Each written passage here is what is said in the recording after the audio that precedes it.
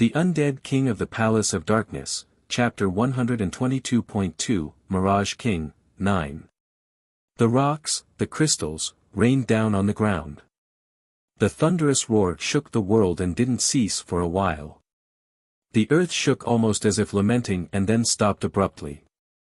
Moonlight illuminated the wasteland. Trees that had grown thickly around were swallowed by the earth, no traces left of the old castle that stood high for many years.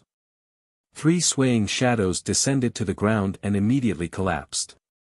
The most seriously wounded was Senri, who had used up all her power soul in her worn-out state, but the other 2, Neville and Lufri, were also almost entirely out of power. But, they were alive. Looking up at the heavens, Lufri said hoarsely. "We did it." The light of photon delete that Senri released at the end. It indeed completely eradicated the Mirage King's attack.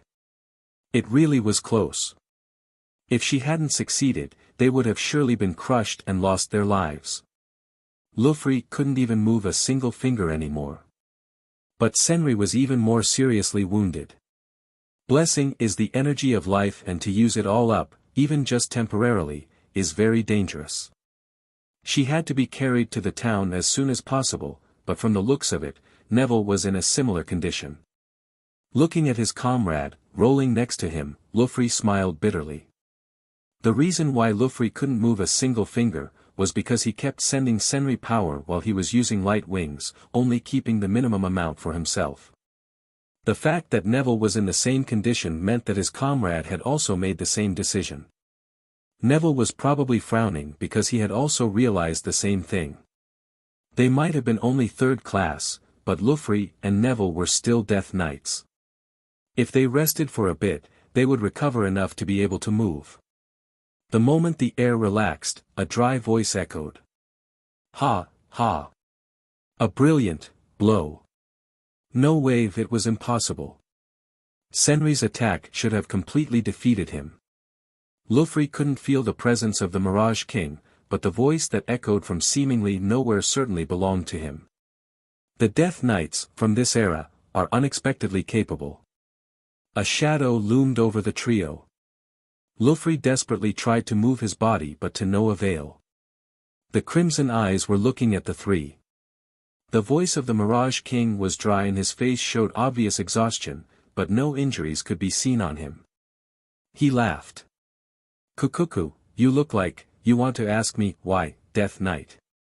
The one standing atop the hand, the one speaking, was a mere rock puppet. KH. He didn't notice at all. No, he would have definitely noticed it at the time of peace, but in an extreme situation like this, he didn't have the leisure to notice. The Mirage King, however, frowned after looking at Lufri and Neville's expressions. "It is cowardly, you say?" "I am not happy about it either. I would have never expected to end up forced in the soil in my first battle after reincarnating." Senri still hadn't regained her consciousness, remaining motionless. Lufri couldn't move his body. His blessing was also exhausted. The Mirage King stretched his hand towards Senri, who lay down powerlessly. "Be proud, for you have cornered the Mirage King himself with only 3 of you, and have no fear. For you all will live for eternity as my blood and flesh." KH. Mother, Fu, Ker. Neville's voice was full of rage. But his hands were only trembling, showing no signs of moving at all. Blessing is circulating through the blood of Death Knights. Blood with the power of blessing is a deadly poison, and under normal circumstances there would be no ways of sucking it. But Senri right now has run out of both power and the blessing. No. Lufri couldn't let Senri's blood be sucked. The power of the king in front of him was enormous.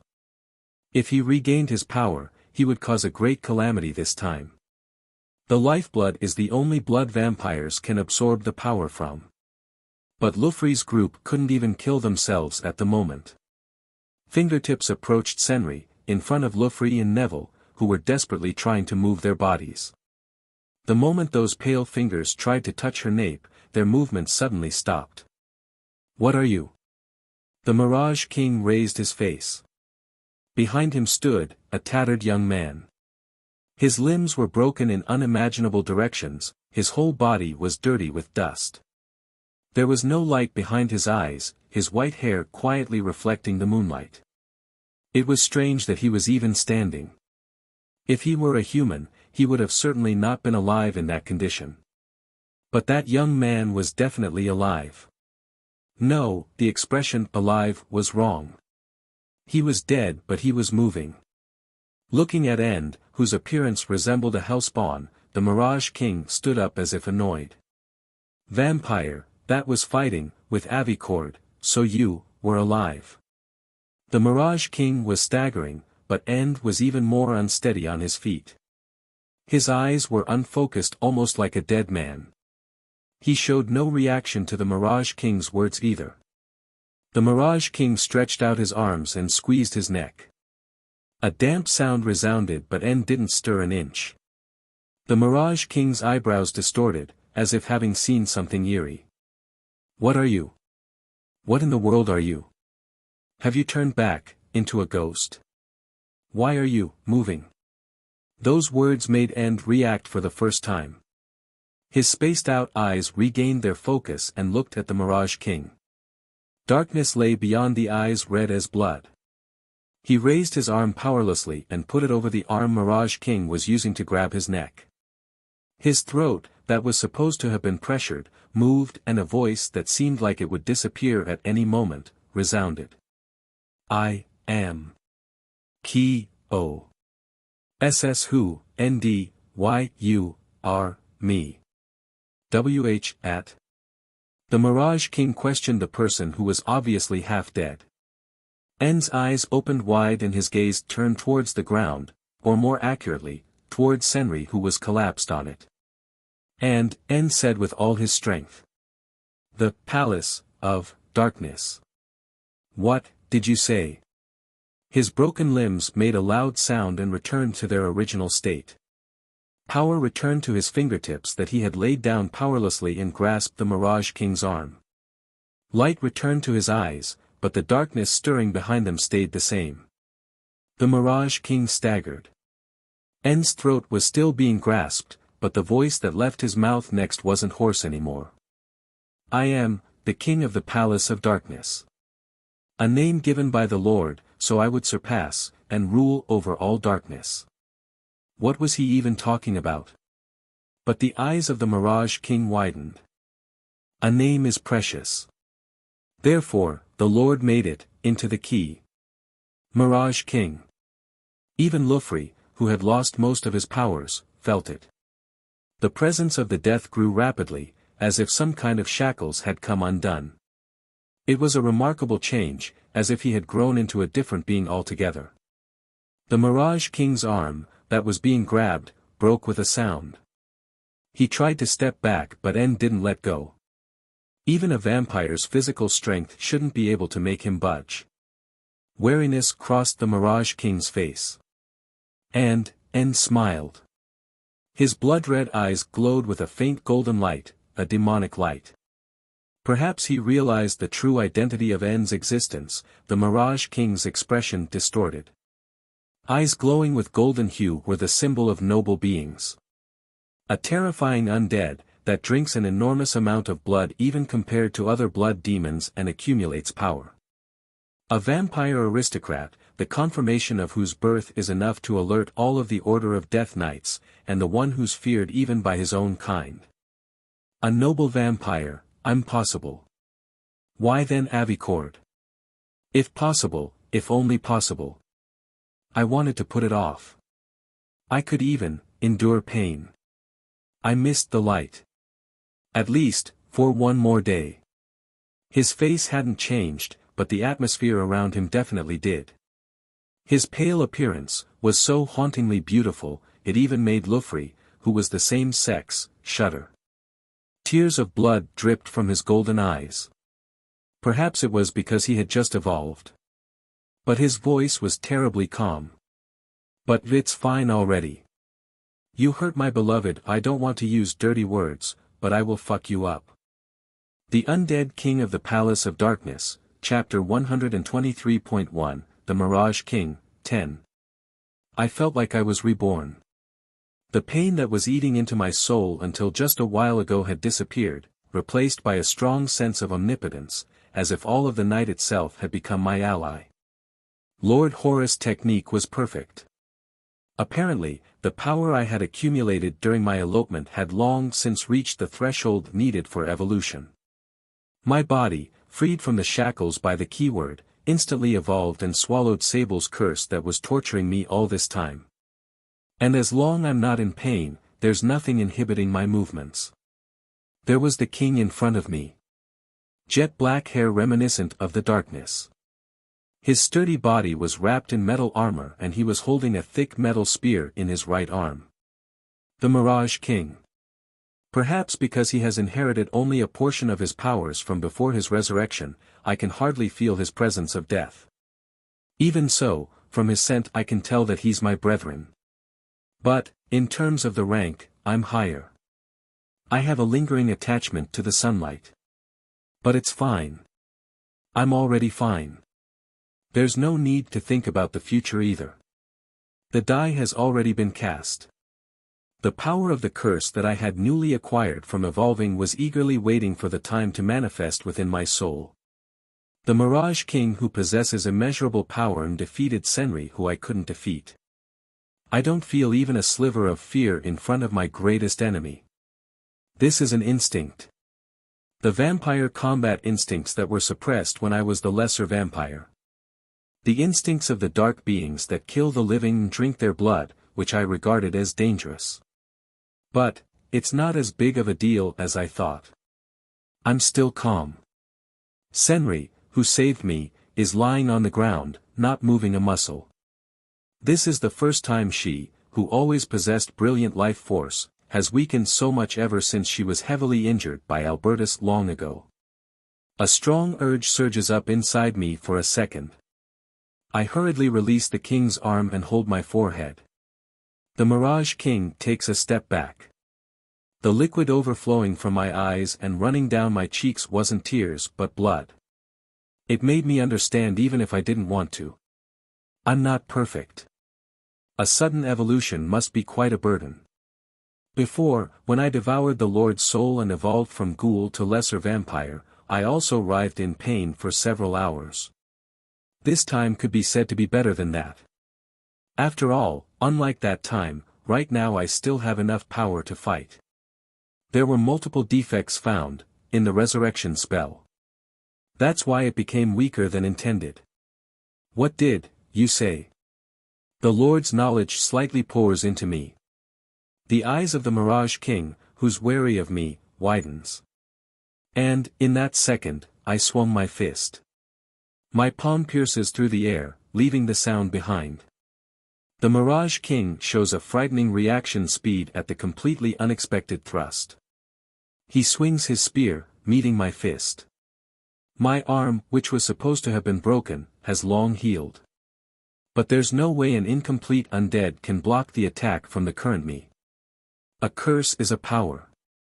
Vampires possess powerful weaknesses, but therefore, they also have abilities that separates them from the rest of the world. The thick spear I blocked, breaks. The sensation of crushed flesh and broken bones relays an indescribable delight to my whole body. Time has stopped. I can clearly see the armor of the Mirage King shattering, his flesh distorting and him bouncing violently against the ground. Is this the frame-by-frame playback of the film projector I've heard rumors about? I hate violence but I have to say that this feels amazing. My instincts are rejoicing. The curse that's eating into me is applauding. The Mirage King takes a defensive posture in the middle of bouncing, instantly creates a new spear and thrusts it into the ground. The ground is scraped and a deep line appears on it. By the time the king finally succeeds in breaking, the distance between us has become 10-odd meters. The Mirage King stands up. His shattered armor regenerates and his crushed limbs that were pretty much just hanging off him are restored in the blink of an eye. Lesser vampire. There's no doubt about it. It's the rank I was just a while ago.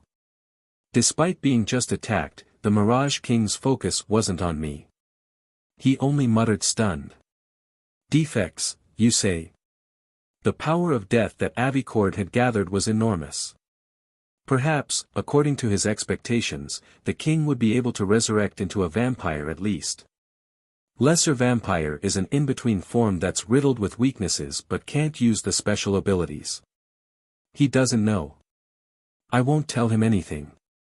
There's one of the reasons why that spell went out of date a long time ago. You will die not even knowing the reason for your failure. Vampires are blood monsters. You can't become a true vampire without drinking even a drop of blood. The Mirage King creates a sword from the ground. It's earth magic. There was a time once when mages were at the core of manufacture. Apparently the users of the earth magic were unrivaled in smelting and processing metals. This is from much before I was born, but he was probably a spellcaster from that era. The Mirage King swung the jet-black sword, smiling fiercely. But his eyes were terribly serious. Youngster, magic doesn't work on vampires, but my spells are different. I haven't seen the battle between Senri and the Mirage King. But those words made me understand why she lost. Looks like his title of being a king is not just for the show. But if he won't run away, that's convenient in a way. My machete has disappeared somewhere. But I don't need a weapon. I declare to the king, who still kept his arrogant attitude despite understanding the difference between our ranks. Yeah, old man, you already lost once. You're a sore loser, even for an undead. This time I'll make sure to properly put you back in the grave. My arm creaked. The bones in my right arm transformed with a loud noise and turned into a spear. I'll settle things by dawn. Anybody who interferes with other people's love affairs should die, skull and crossbones. That attack was completely unknown to me. It was a terrific power, hard to believe that it belonged to somebody who had just resurrected. When the Mirage King thrust the spear into the ground, the earth rose, and when he muttered a few words, pebbles rained down like a storm. Countless spears and swords were created from the empty rubble and fired. This is undoubtedly the power that completely destroyed the castle. It was almost like a natural disaster. Earth magic. According to my knowledge, it should have been a convenient supplementary magic, but apparently, it can become a powerful attack in the hands of a skilled mage. The Mirage King's laughter echoes amidst the roaring. How about this? And this, and this, and this. Ha ha ha ha. What makes the constant continuous attacks possible is a terrifyingly enormous amount of mana. Mana is a power that differs from both the blessing and the blood power. When I was alive and bedridden, I regularly received treatment with healing magic. During my elopement with Senri, I've accidentally been shot with combat magic from a mercenary. But the power used by the king in front of me is truly on another level from them. No matter how many riff-raff mercenaries there were, they wouldn't be a match for this kind of power. It was hard to believe that he had just been through a fierce battle with Senri, but my eyes realized the trick of his mana that seemed endless in a single glance. He's sucking up power, the mana, from the earth and using it. Vampire species already boast of a powerful mana. At this rate it would be hard to use the basics of anti-mage combat and aim for him to run out of mana. Well, I never had the intention to aim for the battle of endurance though. I unhesitatingly run towards the enormous mass that's attacking me. I step on the moving ground, ignoring the cuts from the blades, only smash the huge rubble that's hindering my path with the bone spear and just move forward. Dagger sticking out from the ground pierces my foot and small pebbles pierce my body. The dull pain that runs through my body is immediately swallowed by the fighting spirit. Ah, this feels great. Earth magic certainly seems to work on vampires too. But, not enough, not enough, not enough. I am a monster. I'm not a human. As if you can stop me with a half-hearted attack like this. Any damage will instantly heal. The only thing I have to be wary about is attacks with silver and having my heart pierced. However, it looks like the Mirage King cannot create silver, which is an antidemonic metal. Regarding my heart too, if I consciously defend it and evade, I won't have any problems. I'm already prepared for the pain. A 10-meter gap might as well not exist for a vampire. I instantly break through his defense.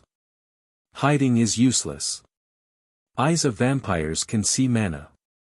I can smell it too.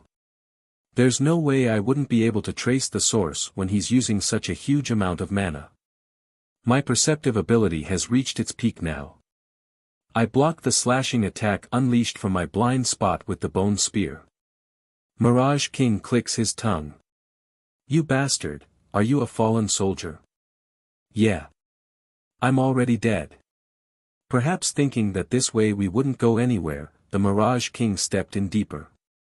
He can do close combat too. It was a bizarre gait. The movement of his center of gravity was unnatural. Even before it not being the range in which humans can move, it's just physically unpleasant. But I soon realized the true identity of my discomfort. This guy is a lesser vampire like I was before. It's a pupa of a vampire without any special powers. If so, his attacks should rely on the powers he had cultivated himself. In that case, there is only one answer: his bizarre movements are due to the earth magic. He's probably moving the ground he's stepping on with magic. The Mirage King's movements weren't something learnt overnight.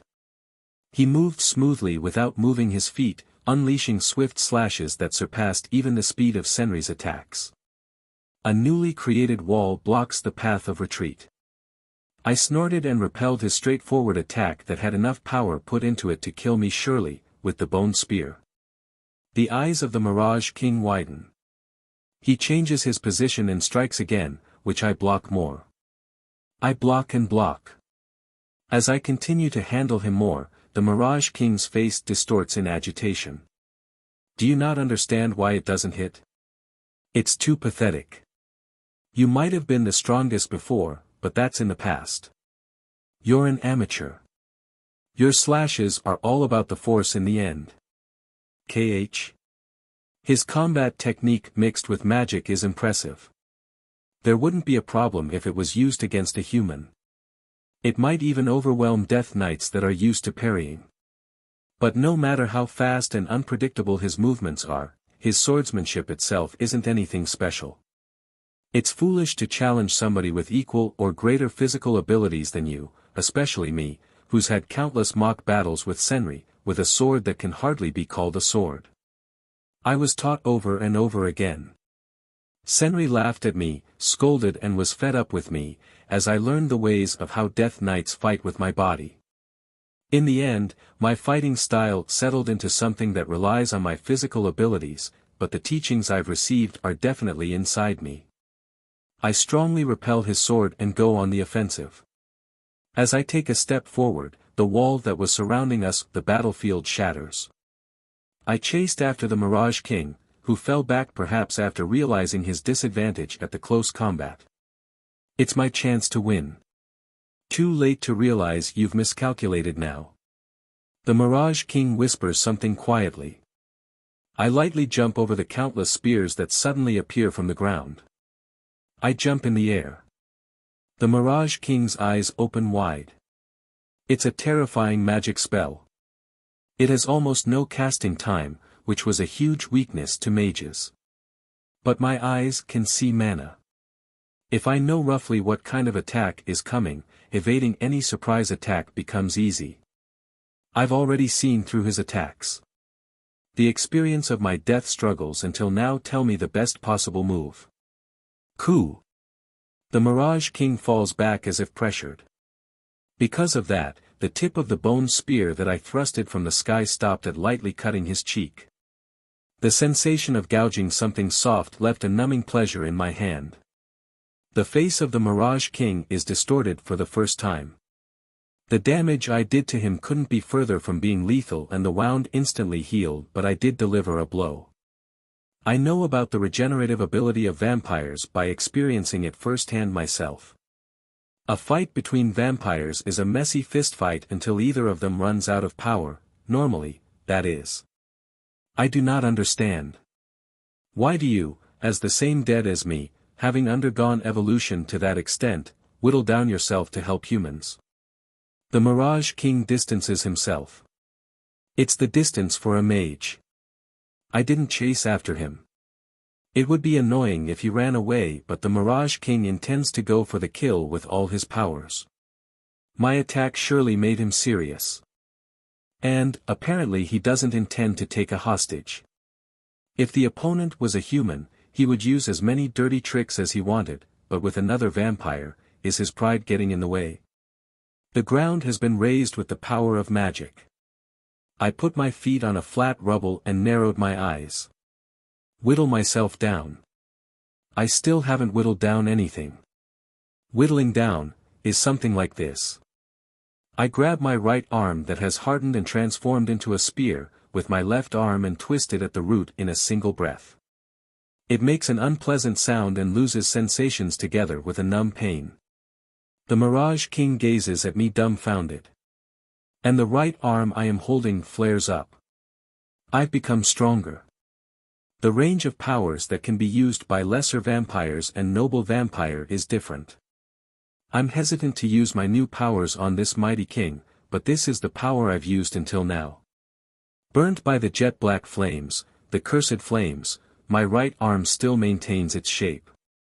It hasn't lost its power even after being cut off from the main body. It hasn't returned to dust.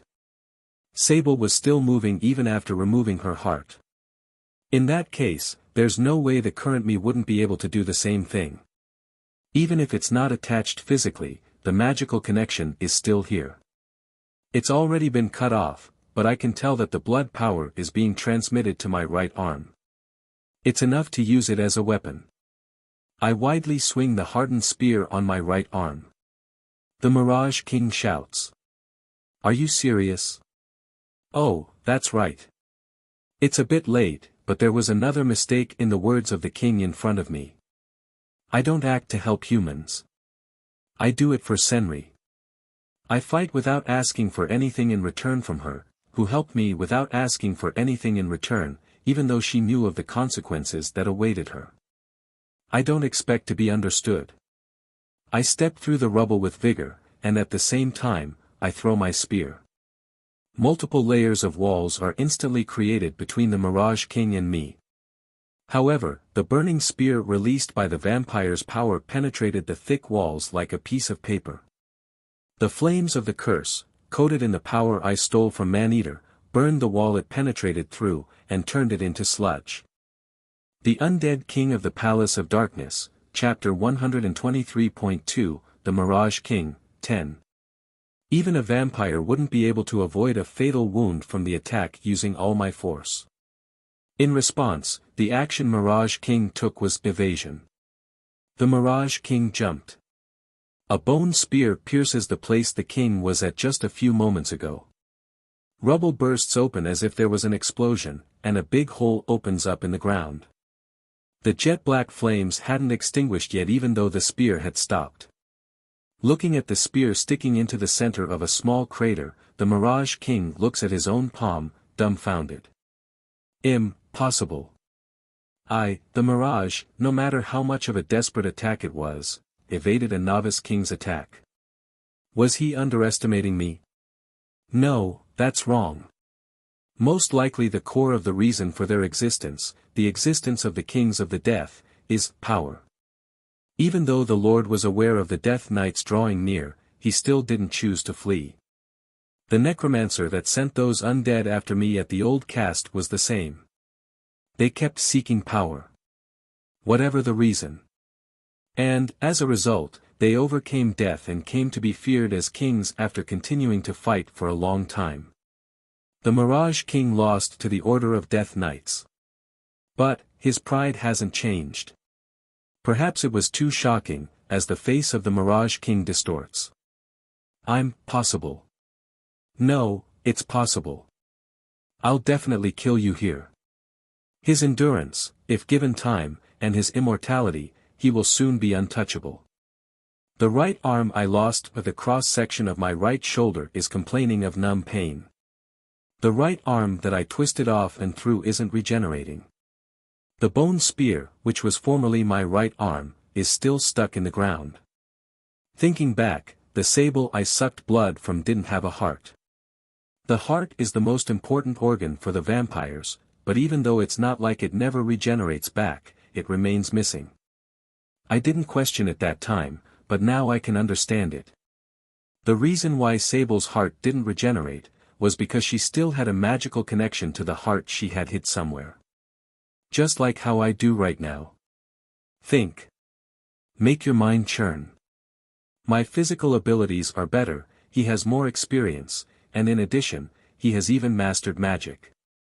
At first glance it looks like I have the advantage, but if he doesn't stop, he would turn the table on me. How can I kill this guy? At that moment, the Mirage King raised his face. Blood-red eyes like the ones I also had before. His voice was different from before. It was solemn. Looks like, I have no other choice, but to admit it, King of the Palace of the Darkness. You are, strong. Maybe even stronger than the current me Jet Nomite Bracklian. Names are important for the mages. Just like how the Lord once tried to tie me down by naming me. And, therefore, when they challenge somebody to a duel, they always name themselves. Calmness returned to the Mirage King's, Jet's, face. He suppressed both his anger and sadness, declaring to me. I will kill you. On my name as the Mirage King, that has reigned over all since ancient times. I felt his consciousness switch. The Mirage King until now was undoubtedly wary of me too. He was using his full powers. But, he wasn't risking his life. This time he will undoubtedly come at me, prepared to die. My expression naturally stiffened. Even though I wasn't afraid even a little bit just a while ago. However, I can't exactly run away. I encourage myself. I change my stiff expression into a smile. I have somebody to protect. He doesn't. This is a big difference. Be proud, and Baron. During the fight with Albertus, I was the one being protected. Even though the fight with Raynal happened by chance, it all started with me. Until now, I've always fought for myself. But this time is different. This time I am going to be fighting for my beloved, just like a human. It's fine, I can win. No matter how desperate he becomes, it's not like his abilities can change. I hold down the cross-section on my right shoulder and glare at him, pouring all my killing intent into it. I transform my remaining left arm into a sword. I didn't name myself, but Jet's expression didn't change. Perhaps it was something like a kind of a switch for him. Thirsty. I am thirsty. Ah, you would not understand the feelings of somebody who had lost their desires for a long time. I do. Jet is sucking up power from the earth.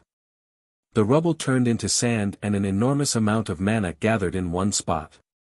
That magic was clearly different from before. Darkness took a shape. A beautiful crystal sword formed in his hand. I noticed the power in that sword with a single glance. Its translucent polished blade was jet black just like the darkness itself, sucking up the power of death from the surroundings. This is most likely the secret technique of earth magic. A line of blood drips from the corner of Jet's mouth. His regenerative ability isn't working. His blood power is running out. Jet swings his sword lightly. Its blade cuts through the darkness, through the atmosphere and makes a deep cut in the ground. It's too ridiculous. It's a repulsively sharp cut. It probably can't be blocked even with a bone sword. The Sword of Daybreak. You would not know, this is the wisdom that was obsolete even in my time. Let's do this, King. Daybreak. A word symbolizing dawn. It's a sword that's not very suitable for a vampire. Jet stepped in. He should be weakened, but his every move is as good as the last. He's not using any other magic anymore, but the pressure is stronger than before. I can't just optimistically think about it as just an ordinary sword. I transformed the sword on my left arm into a longer one. There is a big difference between our reach. It's my blade tip that reaches its destination first. Jet blocks the attack from his sideways with a sword.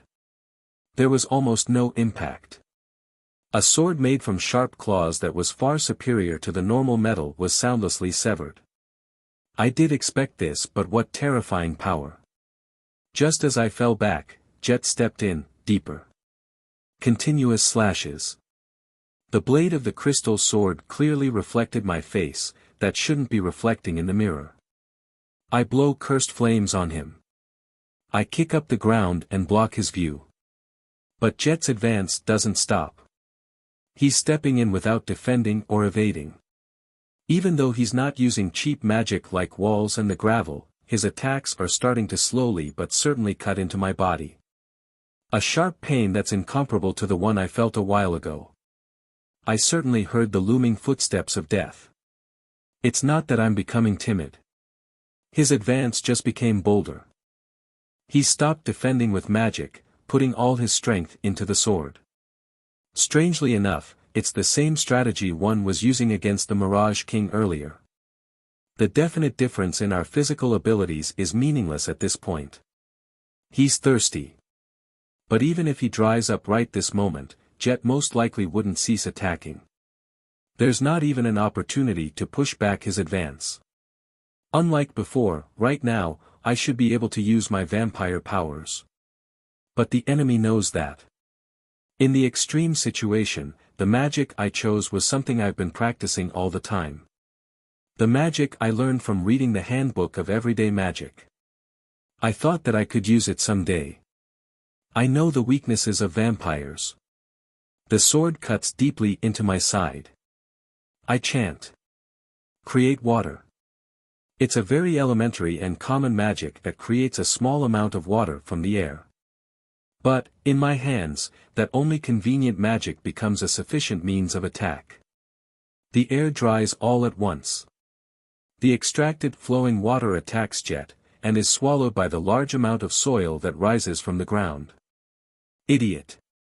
As if you could beat me with spells. It was overwritten. I was the one who cast the spell first, but he caught up to me.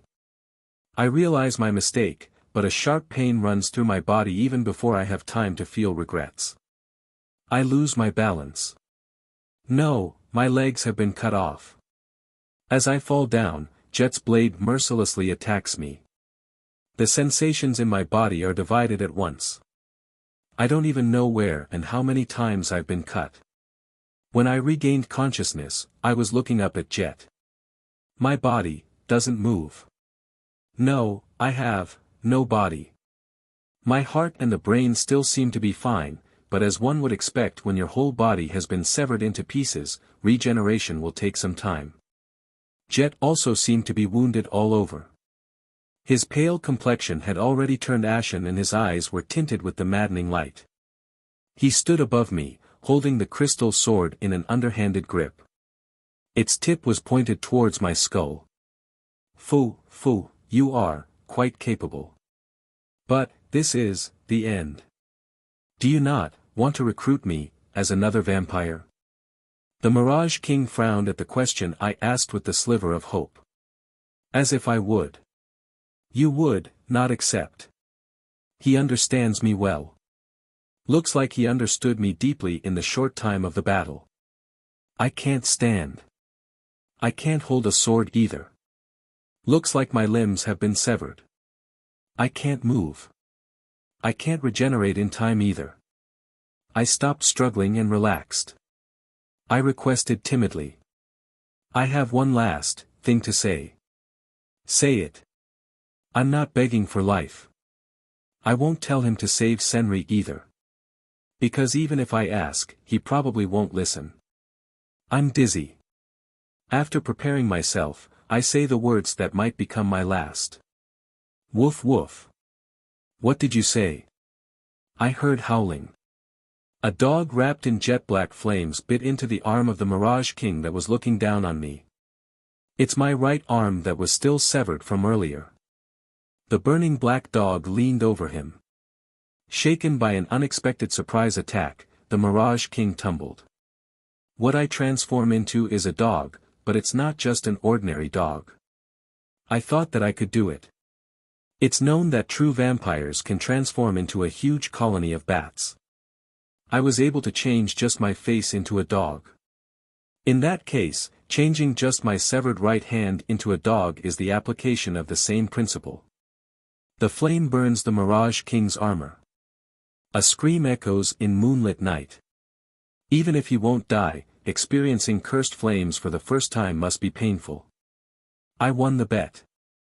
Taking the chance, I concentrate my powers, regenerate the rest of my body except my right that's doing its best as a dog and get up. Having recovered from the pain, the Mirage King who slayed my loyal right arm, stands up. His anger, his feelings, crush into me. What a stupid magic trick. Perhaps because the dog died, my right arm regenerated. Certainly, it's a stupid magic trick. However, I regained my rhythm. I calmed down a little bit. Jet is attacking me even more fiercely than before. I receive the attacks that are fired continuously like an inferno without striking a pose. His blade barely misses me, barely not reaching my stomach, and my whole body is blown away by a big horizontal swing. But it doesn't make contact. Jet's expression stiffens and he steps in deeper, but it's already useless. Don't you know? This is the evasion spell, which Avicord was using. A spell that feels mana, fending off and evading the attack almost like a willow, not going against the flow of the air. No matter how powerful a weapon is, no matter how otherworldly sharp it is, it's meaningless if it doesn't make contact. I only learned by watching. Did I pull it off reasonably well?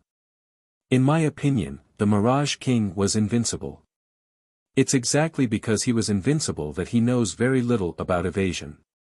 The fact that my attack made a direct hit is proof of that. A thick metal sword grows in the rear. Jet spits out a lot of blood. His flesh, that's supposed to be immortal, is screaming. It's no wonder. It's normally impossible to fight to this extent without drinking a single drop of blood.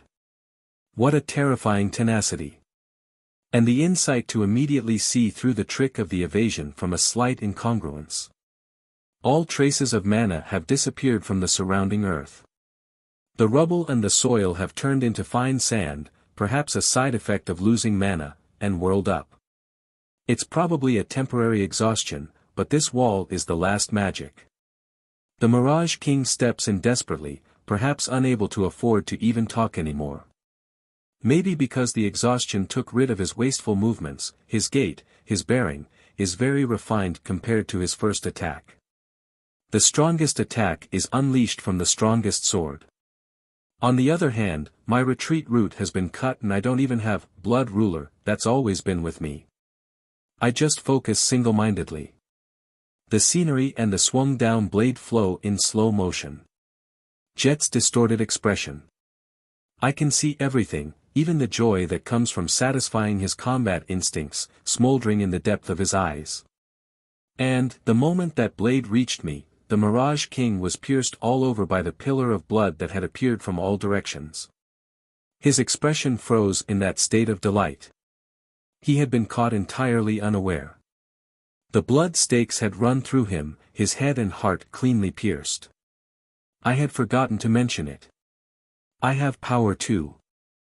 The Undead King of the Palace of Darkness, Chapter 124, Death. I am standing only with the help of my force of will. I have taken the position to start moving at any time, but I have absolutely no confidence in being able to move in case of an emergency. The man in front of me is a true monster.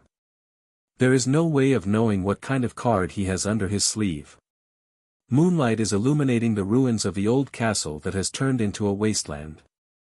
The sound of the wind is the only thing I can hear. If I was alone, I would have definitely run away. I've gone through life or death struggles many times until now, but the monster in front of me is different from those. He is the true monster which has survived for many years. The conditions were overwhelmingly in my favor. That's why I was caught in a trap. It's the opposite of what usually happens. This guy hasn't evolved as much as me, but he's stronger than me. I would have lost if I had gotten off the wrong foot. I desperately calm myself down. Keep my composure. And, the sword he was holding in his right hand fell, piercing the ground. The blood pillars that were skewering Jet from all sides lost control and vanished. However, even after regaining freedom, Jet made no more moves, falling to the ground. Looks like blood pain I got from Sable also has a demerit. I lost too much blood, I'm dizzy and this power was incomplete to start with. It's most likely because I stole it from a body that didn't have a heart so I could only half absorb it. It was truly a miracle that I was able to activate that kind of incomplete power in an extreme situation and deal a fatal injury to Jet. But still, a win is a win. Jet had already lost his powers. The injuries all over his body showed no signs of healing. Evolution already consumes a huge amount of power to start with. Just how much power would be exhausted during reincarnation? Vampires can't regenerate without blood power. Even I, who became undead while maintaining my memories, would have died in that forest if not for Senri. The Mirage King had fallen on his back. His blood-red eyes were looking not at me, but at the moon floating up in the sky. His pale lips slowly mouthed. Ah, so thirsty, so this is thirst, this is pain, this is hunger, this is fear. There were surprisingly no regrets in his voice. Was his body before the reincarnation, the immortal body, so abhorrent to him? When I was resurrected as fleshman, I lost all my desires. But I still had a human mind. But I don't know what would have happened if I had lived like that for long. External stimuli are surely essential for human beings to live on as humans. His gaze moved from the moon to me as I was looking down on him. I would have never thought that a day would come when I would be defeated by another undead. What decided the outcome was the presence of the allies. If Senri and the others hadn't fought first, I'm sure my power wouldn't have reached this king. I could feel Avicord's end from under the rubble. If he had left his subordinate, this king's end wouldn't be like this. The king is solitary. The Mirage King says with a hoarse voice. I am solitary, my only friend, is my enemy. Young king, the dead leave nothing behind. But, you can take it, all. It was a way of thinking that was too different from the living beings.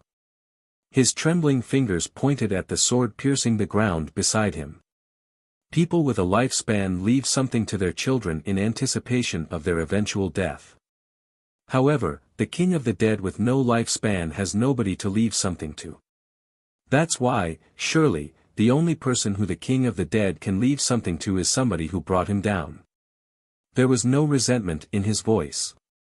If I were in his position, I would have at least cursed him, but that in itself is probably the proof that the king in front of me has lived an eternal life. Dawn is near. If I leave him like this, the Mirage King will surely turn into ash after basking in sunlight. There is no way to let Jet live. This man is too dangerous. I lift up Jet, who's laying down like the real king of the dead. Our eyes met, but Jet's eyes aren't looking at me anymore. I will be going ahead. My long-cherished wish has been granted. Ah, a day will come when you too will learn this joy. In that moment, I certainly forgot the fear of death that I had been feeling all my life. I unhesitatingly thrust my fangs in his neck. The ancient king. The power of the king, who has lived far longer than my great-grandfather, is flowing into me. There was hardly any blood left in the dying Jet's body. But I felt the power, the curse, engraved in his body being engraved newly in my body. Thus, the Mirage King, Jet Numite Bracklian, completely disappeared from this world without uttering a single word of resentment until the very end. My heart is pounding. Pain runs through my whole body as if it had just remembered to. I stagger but I step firmly on the ground and endure it. I feel like I'm about to lose consciousness. I feel strong heat, hunger, and thirst. Jet had exhausted all his powers. But he wasn't the only one who was depleted. Evolution consumes enormous amounts of power. There's nothing left from the blood I received from Senri. I used up all my powers. If I hadn't, I would be the one to lose. It really was close. Blood, I want to drink blood. Fresh blood, right this instant. I looked at Lufri and the others on the ground. They were completely worn out. They had exhausted the power of blessing and didn't seem to be conscious either. Senri had it the worst. I kneel next to her in panic. She's in a worse condition than I thought. She has a heartbeat, but I can tell that her life is fading away. Her life force has been depleted. She needs treatment as soon as possible. But, I, as an undead, can't use healing magic. I have to carry her to a human habitat, to descend. If I leave her here, she will definitely die. Blood. I need more blood. I can feel the fire smoldering in the depth of my thoughts try to swallow me up. It's probably an instinct. The instinct of a blood demon, similar to the desire I felt when I first started traveling with Senri in the forest, but dozens of times stronger. The intense instincts of a true vampire would undoubtedly be impossible to endure had I not had previous experience. I can't hear the Lord's voice anymore. As I reached out my hand, Lufri, who was lying next to her, suddenly opened his eyes. His eyes were out of focus. He was only half conscious. Although not as bad as Senri's injuries, the wounds Lufri and Neville had received also wouldn't heal in a short period of time. His shield of blessing is broken too. I can kill him any time if I wanted to. Lufri spoke up. Do you intend to drink Senri's blood, you monster? Finishing what he wanted to say, Lufri's consciousness faded away. I averted my gaze. I'm thinking. I need to think. I can't afford to spare my attention on something as useless as an old feud. The heat in me is burning my brain. My body can move, but I can't use vampire powers anymore. I can't drink Senri's blood. Feeding is absorbing one's power. If I drink blood from Senri, who's on the verge of death, I'll definitely kill her. I can't leave her alone either. Senri will die. But dawn is near. My senses are telling me that my natural enemy is right around the corner. Right now I can't endure the sunlight like I used to. I desperately make my hazy brain work. There's some distance to descend. In addition, I'm surrounded by plains. Even if I somehow manage to get there until dawn, there's nowhere to hide. Not to mention, that town has perfect countermeasures against vampires. There's no way they'll help me even if I bring a wounded person with me. A moment felt like an eternity. I don't have time to hesitate for long. No, I'm not hesitating, but I need to resolve myself. The solitary king entrusted everything to me and went into eternal slumber. But, assuming there's life after death, what would he think if somebody who defeated him arrived to the same place right after him? Skull and crossbones, skull and crossbones, skull and crossbones. I remember the old times. The times when I was bedridden and couldn't even move my fingers due to the pain. The body was heavy. Senri's body that I was carrying, Senri's body that I could usually hold up with one arm felt like weighty. What little blood I had left in my body is dripping down and wetting the ground. Vampires' superhuman strength comes from the power of death.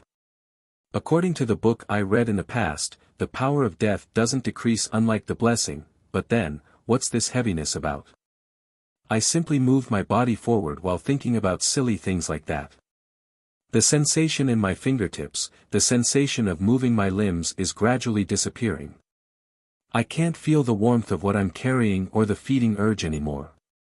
I can't afford to feel them. And of course, I don't feel the fear of death anymore either. I will let her live. I will save Senri. The obsession I once had towards my own survival had already changed its direction. There should have been monsters in the plains, but luckily they didn't come near. Wild animals instinctively avoid the undead. I'm really glad to be a monster. Dawn is steadily approaching even when I'm like this. I won't think about going back or hiding anymore. If I fall down, I might not be able to get back up.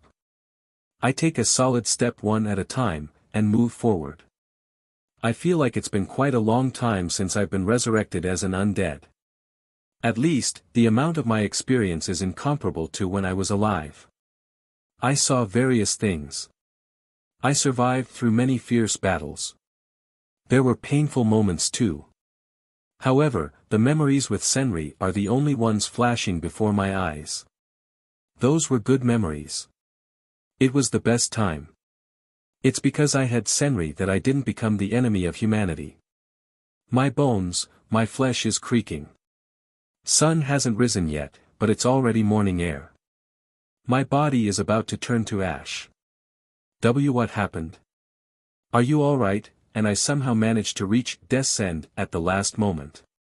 The town surrounded by deep canals and the flowing water that hates vampires. The guards that were adorned with only a minuscule amount of silver found us worn out and rushed over. Thank God. With this, Senri will be saved. Her life hasn't disappeared yet. She can't die yet. I'm being supported. Senri leaves my back. She didn't regain her consciousness until the end. Darkness fills my eyes. The eyes of a vampire should be able to see through various darkness, but I can't see anything. For some reason, I feel a strong familiarity with that darkness, instead of fear. Hey. What happened? I'm being shaken, but it's already too late. My physical sensations disappear. Soon I won't be able to hear anymore too. I don't feel pain. Perhaps this is what Jet felt at the end too. I forced my unmoving throat to move. The castle. If this is the true end, if this is the disappearance, then being an undead isn't that bad. I wonder if it's because I'm relieved that Senri's been saved so that I don't feel alone. Sunlight is coming. My body will disappear. I will turn into ashes. But I was able to save my precious person. Before I completely lost consciousness, I moved my face muscles and smiled. The Undead King of the Palace of Darkness, Chapter 125.1, The End of the Journey. Thus, morning came and peace returned to Death's End. Not a single resident of the town was aware of the terrible plot that was quietly being carried out, nor the impending ending of the world or its prevention.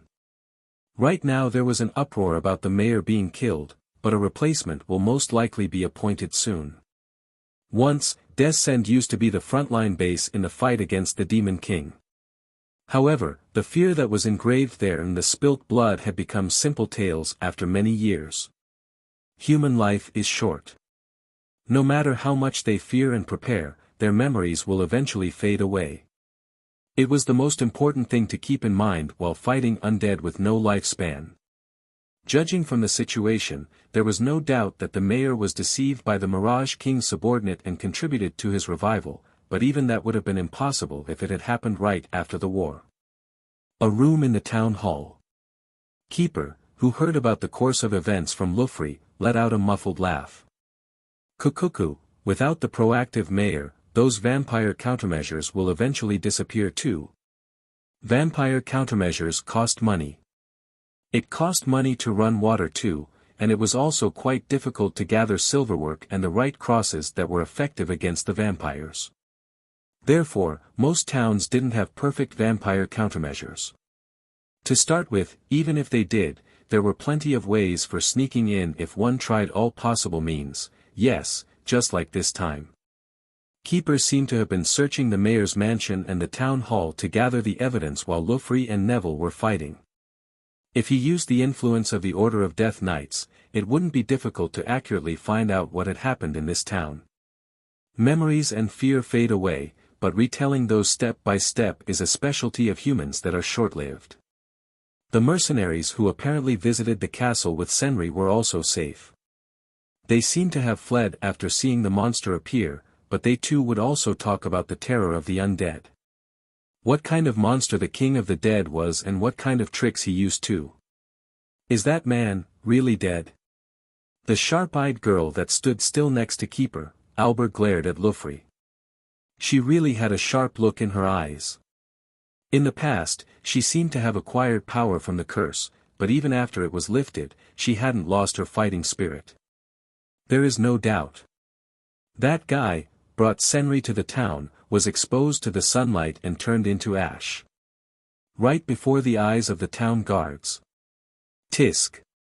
Neville clicked his tongue loudly with irritation. His sharp eyes were bloodshot, but he didn't curse.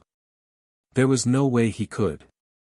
If he saved Senri and died, how could Neville mock his death, even if the other person was undead, when he himself couldn't move when it mattered the most?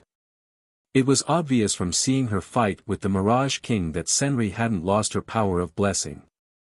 End Baron, formerly known as Lier Fermet, lived his life as a human until the very end despite being an undead. He was an abnormal undead. And he was a frightening undead. That young man would be remembered by the Death Knights for a long time.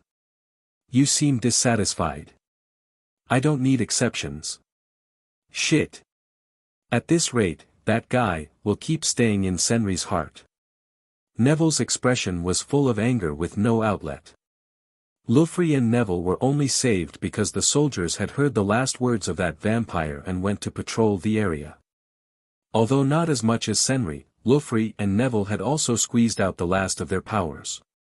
There was no way of knowing what would have happened if they were left alone for a long time on that land where the miasma spread by the Mirage King was whirling about. If a vampire appeared, they just had to kill it. But it was impossible to kill a vampire that was already dead.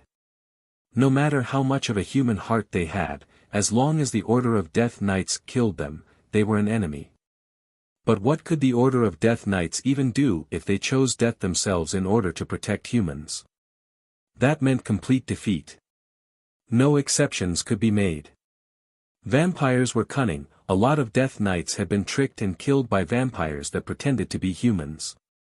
Even if 1 out of 100 vampires possessed a human heart, all Lufri and Neville could do was purify them. Keeper put his hand on his chin and narrowed his eyes. In that case, would that not be a bigger reason to stay by the princess' side? That woman's qualities are too good for her to break like that. She needs time. Senri, who had received treatment and somehow narrowly escaped death, completely restored her strength in a short period of time with the help of her innate power of the blessing. But her heart was a different matter. After hearing the situation from Lufri, she only answered with, "I see," keeping a befuddled expression on her face ever since. Apparently, Senri and End got along better than Lufri and Neville had expected. Senri, who seemed to be out of it no matter what was told to her, was one of the reasons why Neville was irritated. But there was no need to worry. Besides, let's clear this up properly. Senri won't break. Senri Silvis was strong and benevolent. She would fight. Because she had powers, and even if she were to be covered in scars. That was the reason why Ape the Destroyer had recommended her to be a first-class knight. En's death most likely came as a great shock to Senri. She would forever remember the young man, who saved her and died outside of the battle. However, she already had the strength to continue fighting no matter what tragedy struck her. Senri Silvis was a genuine death knight. That was something both too noble and too pitiable. And, sadly enough, this world wasn't peaceful enough for her to not need to fight. Then, Lufri's expression changed. He looked at Keeper with serious eyes. The Age of Darkness is coming, now is the turning point. You will become busier too, Keeper. Kukuku. I'm not a warmonger. As is often the case, eras have their ups and downs, and there are turning points in a battle against darkness. The Mirage King, who should have been killed in the past, managed to come back to life, albeit in an incomplete form. The Stake King is steadily growing his power while still being under fierce attack from the Order of Death Knights. And, their master, who had once been bestowed the title of the strongest Death Knight, Ape the Destroyer, would die in the near future. It seemed like he already had a premonition of his death. Hence, he was training his disciples. Lufri couldn't help feeling the change, whether he liked it or not. Ape was a deterrent. Powerful and intelligent undead were eagerly waiting for his approaching death. There would most likely be a big battle. And it would be impossible for that girl, which was kinder than anybody, to not be there. Let's return to the headquarters. We don't have time to let her mop around forever. I will retrain anew. So that I won't need help from a vampire next time. Neville declared strongly with dimly lit eyes in response to Lufri's words. The Undead King of the Palace of Darkness, Chapter 125.2, The End of the Journey. Everything was gone from where the old castle had stood just 10 days ago.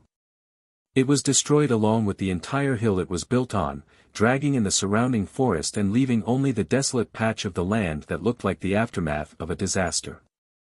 The night of the new moon.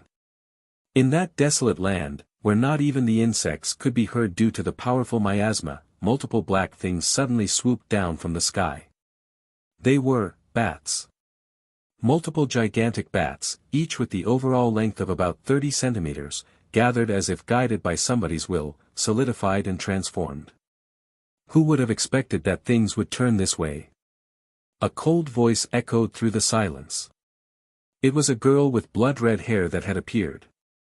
She was wearing a jet-black cloak and was wrapped in a somewhat supernatural atmosphere, but her expression was terribly resentful.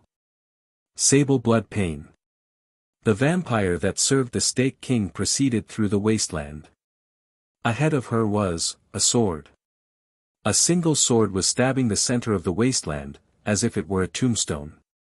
Its hilt, guard and its blade were all black, as if carved from a giant crystal. A mysterious threat could be felt from the blade. It was clearly not just a sword. However, nobody took that sword which was stuck in the ground. Neither the soldiers that came to investigate after the battle, nor the onlookers who came to take a look after hearing that the castle had collapsed. And even the Death Knights. The sword was releasing a powerful curse. Even if they had no knowledge about it, any living being would realize its dangerousness instinctually. A curse is a thought. It's a passion so intense it interrupts the world's rules. And the curse which that sword possesses, is the curse cast by the King of the Dead. Even Sable, who was also a product of a powerful curse and had a strong resistance towards them, couldn't bring herself to touch that sword. Sable hadn't seen the actual fight. She hadn't been able to restore her powers in time. However, she could guess what had happened. She had also finished gathering the information in Death's End. To have tied with the ancient king, what a terrifying man and Baron was. The situation had far exceeded Sable's expectations. For her, it would be enough to separate End and that Death Knight. She used the newly appearing Death Knights for that.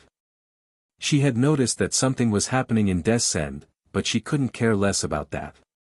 She couldn't have imagined that the purpose of the ritual that was being carried out was the revival of the Mirage King, and that End, who had shown such strong survival instincts, would die like that. So the recruitment was a failure. But I guess I should consider it lucky. End Baron was too much to handle. Most likely even Sable's master wouldn't be able to control him. In addition, End was completely in love with the Death Knight. Depending on the case, he might have ended up fighting on the side of the Order of Death Knights. Even though he was still inexperienced, he managed to defeat Sable's clone. If he would become her enemy, it was better for him to die. There was a bouquet in front of the sword. That female Death Knight must have left it. A vampire leaves nothing but ashes behind. The proof of the battle had become the tombstone. Years or perhaps decades later, when the curse of the sword would have weakened somewhat, those who specialized in curses would most likely come to collect it. Looking down on the flowers, Sable sighed. Good grief, I've failed to carry out his order. I will be chastised by Master. There were already signs of a big battle. They needed to increase their forces as much as possible. An instinct to keep fighting by any means necessary and desire to survive. He could have become a strong ally. If they had fought side by side, maybe they could have even become friends. Finally, Sable looked at the sword and murmured. What a fool, to have fallen in love with somebody with a lifespan after attaining eternal life. Despite having so much power. King. We will be going ahead. She transformed her body into bats.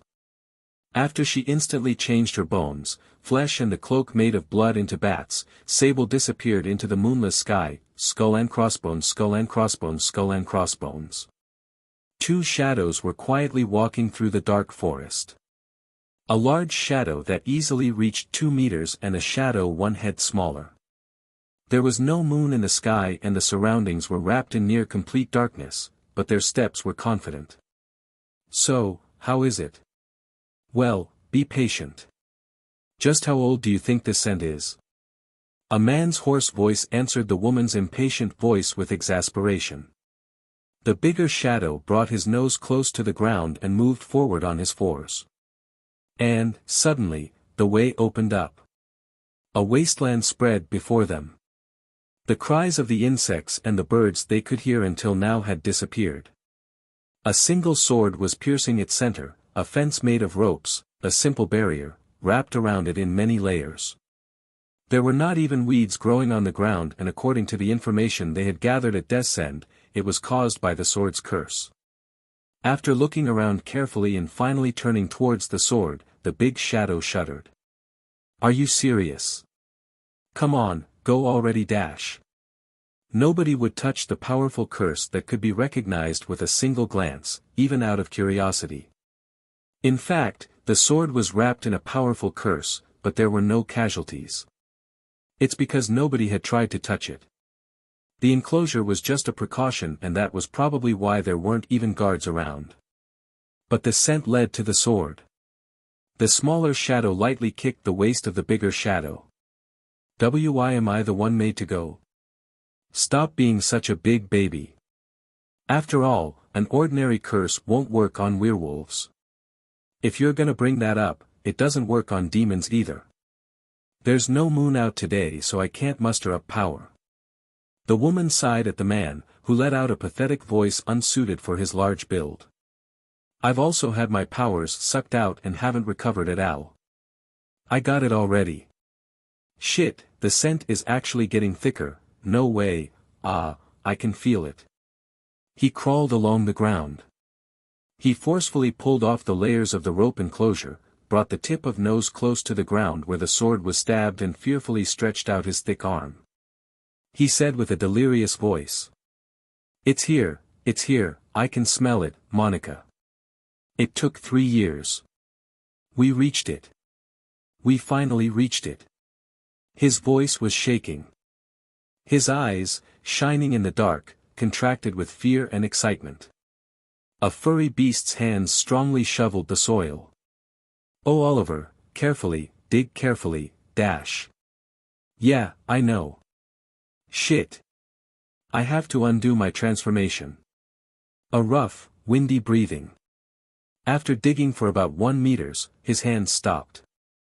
I found it. He carefully lifted it from the hole. It was the size of a fist. It was as dark as the darkness. It was cold and soft, and certainly pulsating in Oliver's hands. It was a heart. It was an immortal heart that continued living even after being cut out. 3 years. It's been 3 years since the rumors of his death started circulating. This is impossible. He didn't expect to find it, but he really found it. It was a miracle. Vampires certainly possessed high immortality, but it was impossible for them to continue living forever beneath the ground, that's not even a coffin. However, albeit he didn't feel any power from it, the heart was definitely alive. It couldn't move a single step or regenerate and was in a condition where it could easily be killed even by an infant, but if Oliver and Monica hadn't come, it would probably keep living forever in the depths of the earth. His hands, his arms trembled. The ruthless gaze from when they met before. The young ancestor that killed Oliver's master and single-handedly led Raynol's army to its destruction. That fear was firmly imprinted on Oliver, who had become a werewolf with the power of a vampire. Hey, this is, really. KH. Monica, who had once had her blood sucked by that young man, the demon who had lost her powers and was abandoned, unhesitatingly slashed her own arm with a knife. Blood that was a little darker than a human's dripped onto the heart. The Undead King of the Palace of Darkness, Chapter 126, Side Story, End Baron has no regrets. How does it feel, being a vampire? Huh. That was quite abrupt. Moving my body is fun. Vampires don't gain muscles through muscle training and they don't get tired even when they move around, but maybe it's because of the experience from my previous life that I can't calm down unless I'm moving. Today, when I was doing my daily routine of handstand push-ups as usual to confirm the joy of my body moving without pain, Senri, who was sitting in a chair and observing me, suddenly asked me something like that. I bounced up into the air strongly with the power of my arms, spun around and landed. It's rare for Senri to ask me something like that. She's always careful to try to make me forget that I'm an undead as much as possible. I don't mind it at all, but, even though it's been quite a while since we started traveling together, for Senri, becoming an undead is still a tragedy. Still, it's hard to describe how it feels. If I was asked the same when I was a human, I would most likely have also felt troubled back then too. As I frowned and groaned earnestly, I answered timidly. If I had to say it, it feels like I'm moving even though I'm a corpse. I see. I'm strong, I'm not in pain, I get thirsty, but I don't get very hungry and I don't need to go to the toilet either. I have several deadly weaknesses, I have to hide from humans and I keep getting attacked by wild vampire hunters, wild Order of Death Knight and wild demon kings, but overall, I feel incomparably better compared to my previous life. And Senri also provides me with blood. As I blinked in confusion out of the old habit, Senri eventually replied with a heavy voice. The kings of the dead that live for long lose their humanity. Eternal time is too long for a human soul. Isn't that, because the kind of necromancer, who would become the king of the dead would have a problematic human nature? I would certainly go crazy if I had to live alone for tens, hundreds, or even thousands of years, but I've only just become undead. The undead are immortal but right now I look my age, so I should still have some time until my immortal body becomes too much for me. I've been a little worried about that for a long time, but there's no use thinking about it, so I decided to put it off for later. I said with a heavy tone to Senri, who looked like she wanted to say something. Senri, I'll work the night shift. I see. Everybody hates the night shift, right? I would definitely work the night shift if human society acknowledged me. Night shift. It's the perfect job for me. I'll be the guard or whatever. If you're not good with the sunlight, all you have to do is avoid it, and if you can't eat garlic, all you have to do is live in a way that lets you steer clear from it. Once you get used to it, a body full of weaknesses is unexpectedly fine. I won't die even if I'm left as just a head or set on fire, so some level of weaknesses should be forgiven. Well, I kind of feel like I wouldn't have to experience those if I wasn't a vampire, but this world is full of dangers. If I were to be reborn, I would choose to be a vampire again. I mean, won't I die if I run into werewolves as a human?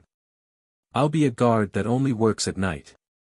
I'm a professional who has the physical strength tens or hundreds of times stronger than a human and won't die even if I'm only left as a head. I've even fought against the Demon King. And, I'll provide for you, Senri. And, your positive attitude is a great virtue. I was praised. Though, even Senri, who says that, used to be bedridden, but she's a death knight now. Maybe feeling better than you used to, is an incredible strength. That's why, Senri shouldn't feel too obliged to me. I'm not pitiful. I am feared as a monster, the Order of Death Knights is trying to kill me, I was chased around by the vampire hunters and I'm a bit worried about immortality, but, I'm still having fun despite everything. I've died once. Normally that would be the end. The fact that I'm still moving like this is a bonus. Complaining would be unreasonable. I stood in front of Senri, took on a serious expression and opened my arms wide. Also, I have you too, Senri. I'm not alone. So I'm not lonely at all. Perhaps I might have become depressed if I had to live as a vampire alone. There's a possibility that I would have attacked people in order to drink their blood. However, Senri prevented that with her own body. She has always been an understanding person. She's noble, thoughtful of me, strong and kind. It would be too much to ask for a higher status than this. Senri kept looking at me with her clear eyes, but then she stood up and opened up her arms without saying anything.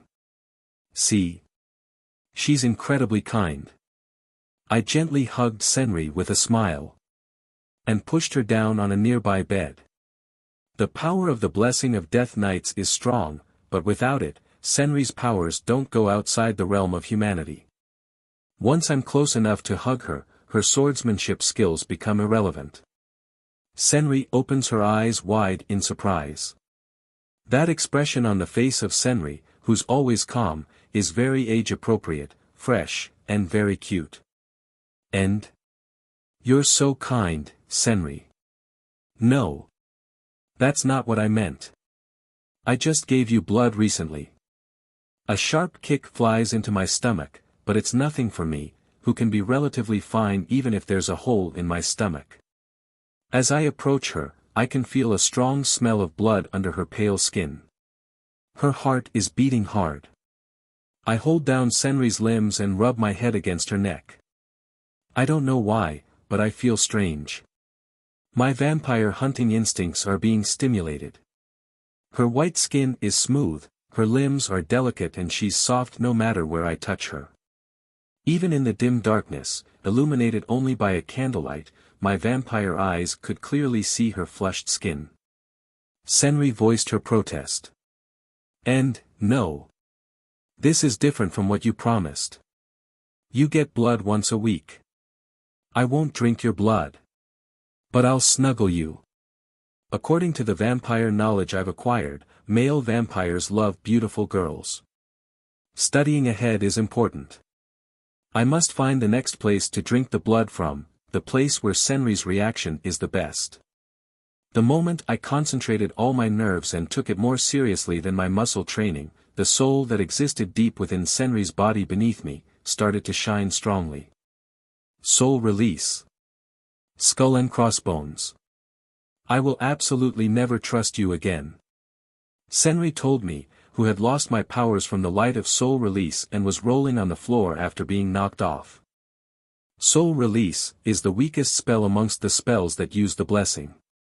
Even if it could purify a low-level undead, it can only be a light punishment for me. I stand up while rubbing my stomach. I'm hearing that for like the 5th time though. I'm fine. There's no need to worry. I won't give in no matter what happens, won't have regrets and will be happy. Do you understand me? Senri turned away in a puff. Perhaps because I've become stronger from receiving blood regularly, I've become used to the soul release too. Next time I can definitely do it. Senri quietly turned her narrowed eyes at me, who had become convinced, and sighed a little. The Undead King of the Palace of Darkness, Chapter 127, Prologue, Death. Something seems to be happening out there. An old, all-white, hospital. On a bed inside a quarantined room that stood alone, Morel Noah could clearly tell something had occurred. Sunlight quietly streamed into the modestly decorated room through the lone little window looking out into the courtyard. It was as if Morel's room was frozen in time. Since it stood far removed from the other rooms, the silence and solitude almost drove her insane sometimes. Hence, the girl of such circumstances, welcomed any kind of change with open arms. Morel had only the customary number of visits from doctors and nurses to begin with, but even that had greatly decreased as of late. The quality of the only 2 meals she had in a day had deteriorated, she barely had any assistance, the circles under her eyes had grown darker and she eventually came to have a smell of blood about her. The doctors kept their silence and so did Morel. Her room was completely isolated from the outside world. No word of anything happening outside got in, nor did she personally seek to find out herself. The staff were doing no more than their due diligence by visiting her room. Mirelle was born and raised in a developed country, and the fact that it would not let a helpless patient simply die may not have been a blessing to either the doctors or Mirelle herself. Well, maybe there was a reason why they would not abandon the helpless Mirelle, but she herself could not fathom why. At first, people thought of striking up a conversation with her. However, seeing the doctors so obviously stiffen at a single glance from Mirelle, put a stop to that thought. Change was happening slowly but steadily. She was curious as to what had brought it upon, but had no means to ascertain the source. Of course, there was also the matter of what use that knowledge would be of to her. Mirelle is going to die. Be it in a year, 2 years or 3, she will die for sure. It is also a fact that something bad was afoot in the outside world. The extremely rare visits from her family had dwindled to none. The mages and priests who visited once every 6 months stopped coming by as well. Their absence was a bad omen no matter the day or age. She would be putting the doctors on the spot, if someone like her who already had 1 foot in the grave wanted to ask them about it out of curiosity just to confirm her suspicions. Today passed without much ado like any other day, and the evening sun seeped through the small window. There was no clock in Mirelle's room. The sun was the only way she could tell time. It was almost time for dinner. She did not feel any hunger. She was no longer capable of such a feeling. Be that as it may, foregoing food would mean death. Death was inevitable as is, but she did not have the courage to starve herself to death. It had been a full 2 years since she had been holed up in the hospital. Her body, which had once moved as she willed, became too weak to move without assistance at some point. At the moment, she could prop herself up though it took all of strength, but sooner or later, she would become nothing but a living doll that is incapable of even doing that much. No one or anything could help bring peace to Mirelle. No, there was no cure for Mirelle's illness. She was made aware of that at the very beginning. As such, Mirelle was shut away in the quarantined room while she could still somewhat walk. Everyone who visited her, be it the doctors, nurses, the healing mages who were a rare kind, no one ever had any hope for her recovery, and it even seemed like they simply awaited her death. An incurable illness. Something that forced a girl who had barely turned 10 to face her deplorable fate, which she cannot possibly escape from. That which even the priests do not offer few words of comfort for, is called a curse.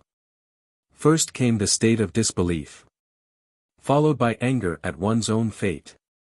And finally came acceptance. The night crept upon her. She was not provided a light, even if she were, it would be of little use to her. The sun went down. However, it being a full moon day, her visibility was assured by the moonlight shining into the room. Dinner did not arrive. Neither did sleep. She sat up and looked out the window. Maybe they were no longer capable of sending her any meals. Oh, very well then, so be it. Mirelle felt the dull throb of pain from within her body and sighed. The pain of unknown origins gradually grew stronger. There was no doubt that it was the sign of death drawing near. Something was happening. Might as well let a war or something burn down the whole world for all she cared. As she sat, with such aimless thoughts passing her head, the sound of footsteps could be heard outside her room. It was a little later than usual, but was it dinner? But if it were that, she would have heard the sound of a trolley. The door was unlocked from the outside and it opened with protest. As tiresome as it felt to move her sluggish body, she turned and looked in the direction with much difficulty. In came a doctor clad in a tattered white coat and, "Mirelle, you have a visitor." It was a young man dressed better than she had ever seen in her life. He had on a seemingly velvety black robe and gleaming leather shoes, polished to perfection. Moonlight bounced off his pure white hair. He carried a sword on his side, and though Mirelle had never seen one, she wondered if this was how nobles carried themselves. Ignoring the dumbfounded look on Mirelle's face, the doctor spoke animatedly. Dilated pupils. Eyes that gleam like that of a beast. Be it back when she was in good health or when the doctors were not able to pinpoint the nature of her illness, never had she been viewed the way those eyes looked at her right now. Mirelle. I've come bearing some good news after a long time. You're to be discharged from the hospital today. Ha! What are you talking? Who is he? Leaving the hospital? Impossible. Mirelle was afflicted with an incurable illness, which had 100% mortality rate. The doctors, mages and the priests had all given up before they even made any attempt to treat her. And even if, a big if, she had been miraculously cured, would the procedure for her to leave the hospital be carried out at this hour? Ah, introductions are in order. This gentleman right here is a doctor. He has traveled far just for you. It was entirely too bizarre. In the dark, without bothering to turn the lights on, the visitor was introduced. There was a very unusual glint in the depths of his eyes.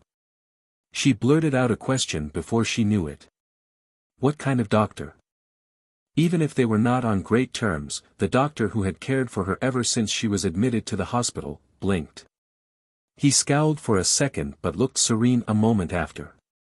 That doesn't really matter. What about his name? That doesn't really matter. However, what matters is that this person is going to save you. The whole thing clearly seemed too surreal, but there was conviction in his voice. He has taken leave of his senses. The doctor had a look of displeasure on his face as if his goodwill had been greeted with disdain. The young man who stood next to him showed no reaction as he listened to the conversation. He looked to be a few years older than Mirelle and seemed a little too young to be a skilled doctor, but it was not his elegant attire or his age that shocked Mirelle and made her gasp. For some reason, Mirelle could tell from a glance. The reason why the doctor was clueless. The reason why they dropped by her room at this late hour and did not even turn on the lights. The visitor was clearly not alive. The death energy around him was something she was all too familiar with, however, it was unimaginably stronger. He was not human. Are you death? It was something Mirelle had dreaded but wished for at the same time. He was the personification of how she imagined death to be. It had slipped out in spite of herself. The doctor's eyes opened wide at the hoarse voice that spoke spontaneously. What is all this nonsense? Right you are. Oh, you can leave now. Thanks for showing me here. Disappointingly quickly admitted the young man and ushered the doctor out of the room. The doctor scowled, nodded in agreement and left. Silence returned to the room. No words were exchanged. The young man neared her, but it had been quite some time since her body moved the way she willed. An illness that had existed since forever and whose cause was unknown. With a rare few casualties, it was a sickness that led one foot soul to death. And it was called soul-death illness. The young man's movements were graceful, fully in contrast with the death energy surrounding him. Mirelle could not gather her thoughts. She had nary an inkling that she would be in this situation today. The lad stared at her as if to size her up. Her heart thumped away as if in protest. With her thoughts completely in disarray, she managed to open her mouth. Why, how are you still moving around? Death looked at her in surprise and made a friendly expression that made the scary image she had of him disappear. Because I want to. The Undead King of the Palace of Darkness, Chapter 128, Nobility. The atmosphere was feverish in the tavern which had all its windows tightly shut. There were only a few patrons. Everyone whispered to each other, albeit excitedly. All the booze in the air could make anyone's olfactory senses go crazy. The silver crucifix adorning the wall was not present in the tavern a while back. I sunk into one of the chairs and crossed my legs. The quiet sound of the clock ticking. You could sense slight gloominess in the voices of the intoxicated customers. The night is coming. Apparently, it has been 2 years now since those words invoked dread in people. The crucifix put up in the tavern, the water trickling around it and the tightly shut door are all byproducts of that fear. Continuing to survive as nothing but a heart buried in the ground was not all that painful. I could not even feel pain.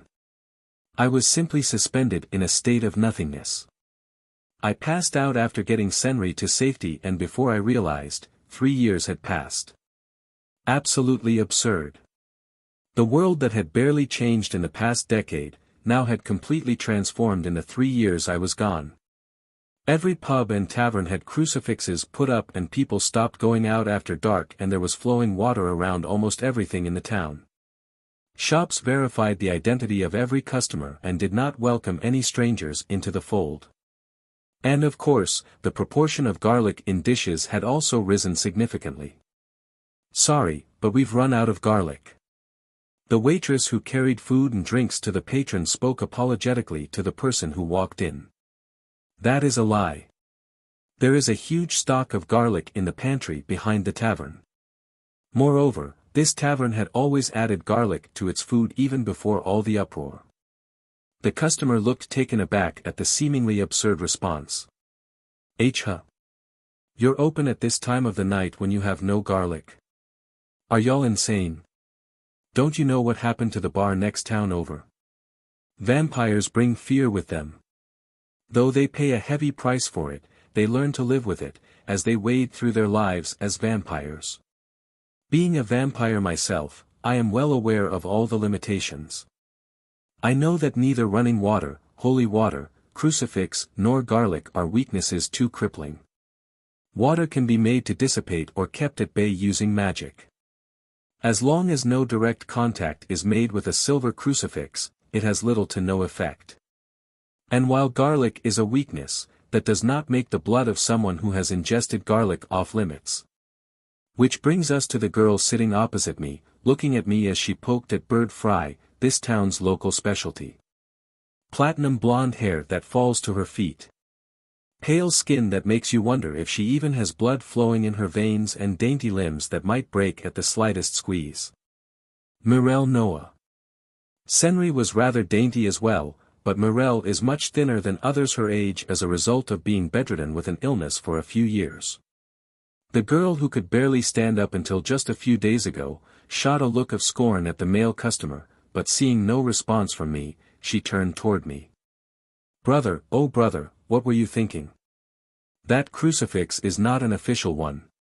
It looks a bit crooked, and crucifixes have no effect if they don't have the perfect proportions. Its only saving grace is that it's made of silver."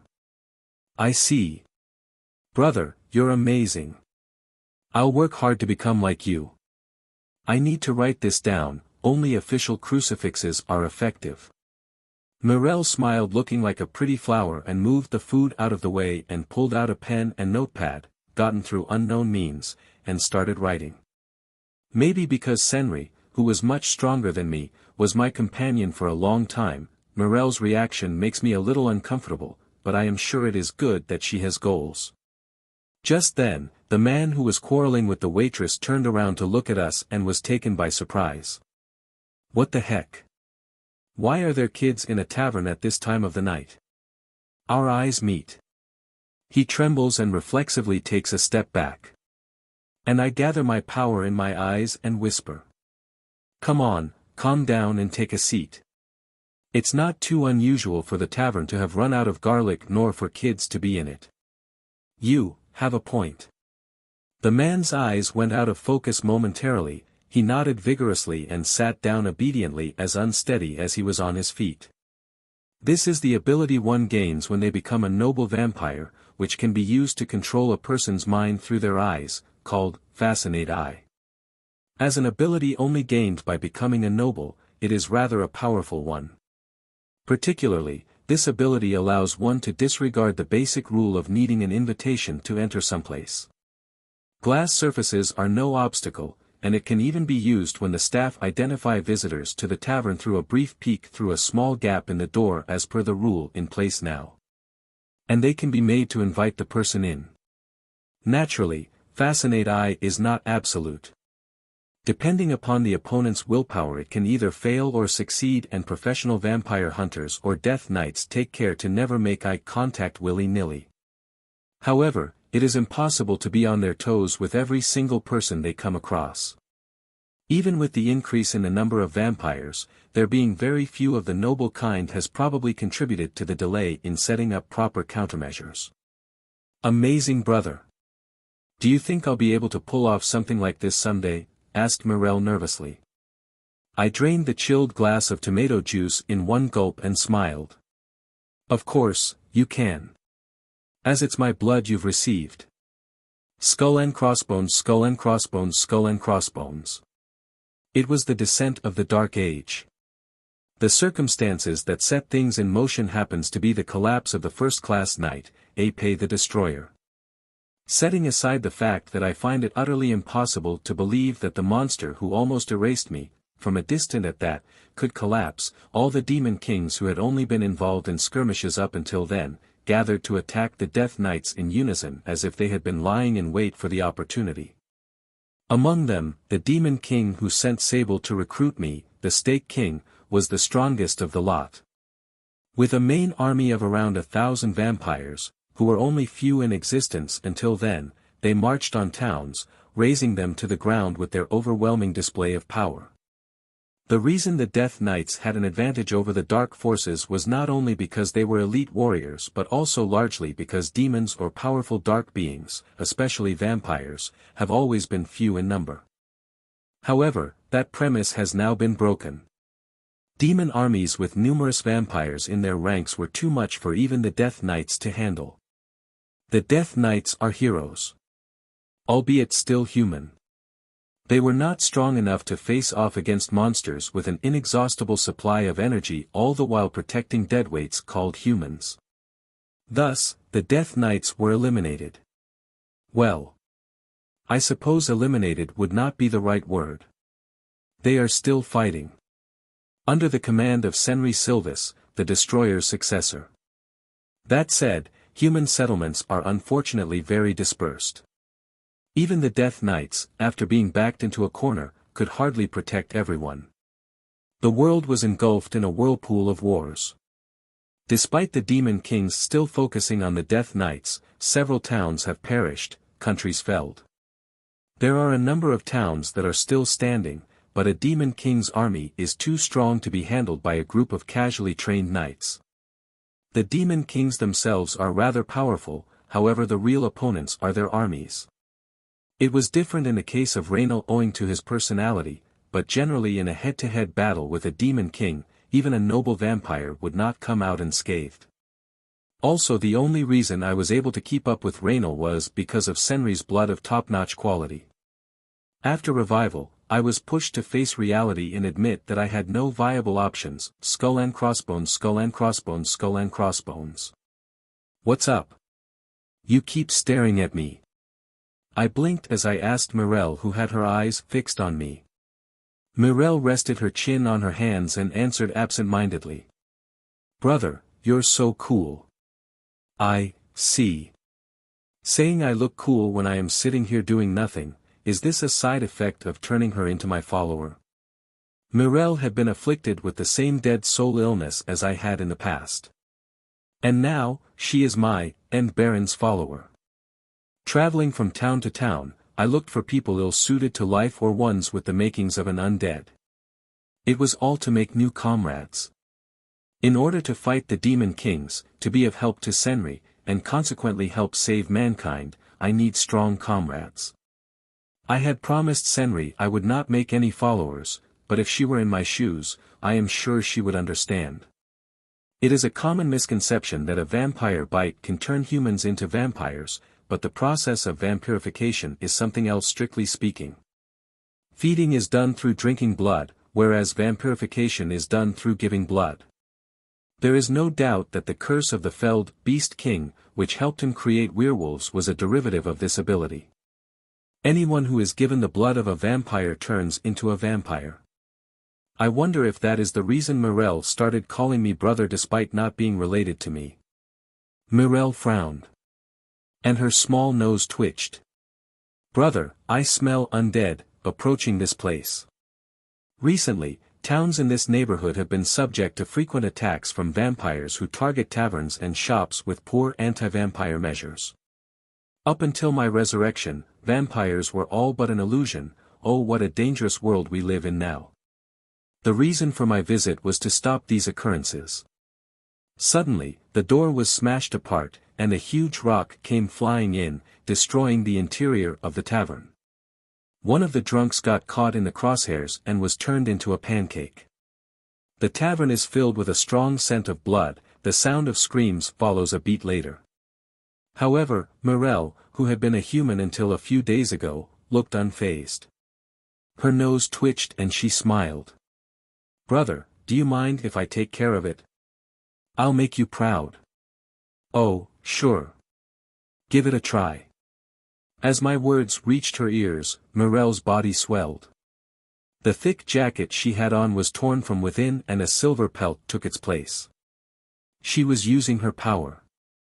Vampires are only capable of creating lesser vampires, but as someone who received the blood of a noble vampire, she was born a vampire instead. And after becoming a vampire, her soul continues to descend into the depths of the abyss the same as mine. Morel had transformed into a smart-looking silver wolf. Though she looks no different from my past dog form, why does she look so much cooler? The wolf glanced at me with eyes which hinted at her intelligence, turned around, tore through the wall and took off. The debris scattered everywhere. I nibbled at the leftovers of Morel's fried dish and sighed. If her instincts ever become too strong and take control of her, I may have to kill her. I would like to avoid that as much as possible, but if nothing had changed, she would have died anyway. I am sure she would have no regrets. The Undead King of the Palace of Darkness, Chapter 129, Nobility, 2. I felt tranquil as I heard the clock ticking. My abilities have greatly improved since becoming a noble vampire. And it is not just all in my head that my fighting spirit has also been kindled by it. I used to practice prudence before. But just as I was no longer afraid of getting hurt soon after I became a vampire, there have been more distinct changes. That said, I welcome them. The opponent who has been pushing Senri and her team into a corner is a formidable one. I was not confident of being able to face off against such an insurmountable enemy without the fighting spirit of a vampire. I sat down at my table and counted them down. The score of new abilities I gained upon becoming a noble vampire. Only just recently did I become capable of wielding all those innumerable special abilities in quick succession. And I expect vampires who have existed for a long time are probably way more skilled at it. Speaking in terms of pure power, I should be stronger than most vampires, but a vampire's abilities come with a caveat. I cannot let my guard down for even a second. I evacuated any humans alive to the kitchen. Well, even if they did end up losing their lives, I doubt Senri would ever find out, but it is just common sense to minimize casualties as much as possible. Moments passed and something came flying through the hole that had been opened in the wall a while ago. It was a large man whose right arm had been bitten right off his body. He had blood-red eyes and large fangs sticking out the corners of his mouth. More than that, his scent made it obvious that he was not human. Man, here I was content being a lesser vampire for such a long time, but now every Tom, Dick and Harry is a vampire. His muscular biceps were twice the size of mine and he was deathly pale. Shit. It's just a freaking kid. Why is my brethren here of all places dash? Tearing through the ceiling as if it were a mere piece of paper, a wolf with a silver sheen descended into the tavern. Morel's wolf form was not all that big, however, vampires do not just transform into an ordinary wolf. The man grabbed a bunch of tables in the vicinity, and flung them towards Morel who lunged at him. Morel countered by simply shaking off the onslaught. However, the man transformed in that split second. His huge body ripped and swelled. There appeared a dark brown wolf 5 times the size of Morel. Its jaw opened wide and the huge wolf and Morel butted heads. I watched beasts at action, feeling left out. Looks like the man had not even noticed my presence. I guess I owe that to the ability I absorbed from the Mirage King. The Mirage King's curse, contrary to his alias, was the power of condensation. It helps absorb the negative energy that the undead naturally emit and condenses it. And the energy that is condensed and honed like that of a rock or bone, can escape even the Death Knight's detection abilities. That is precisely the curse the Mirage King possessed. And it is highly likely that my ability derived from the curse of Mirage King, a skeleton, is rather rare. All of my strengths as an ancestor are derived from the special abilities of vampires, with the exception of this one ability. I never had the opportunity to ask what it was called, but if I had to name it, it would be Compact Bone. That said, the ability is only capable of sealing in negative energy. It is totally possible for vampires to pick up my scent through the use of their senses, so I wonder if my scent got masked by Mirel's. The silver and brown wolf duked it out. Though the latter was much bigger in size and their stage of evolution about the same, the battle seemed to be leaning in Mirel's favor. A battle among vampires is never pretty. Vampires have super regeneration abilities and practically experience zero fatigue, so unless they are taken by surprise and struck in one of their vital parts, it will only result in a long drawn-out battle. However, this particular battle was very one-sided. Mirel simply swiped a nimble limb in response to receiving the brown wolf's gigantic fangs, but her swipe easily tore through his brown fur. Blood spattered everywhere. The atmosphere reverberated with anguished howls.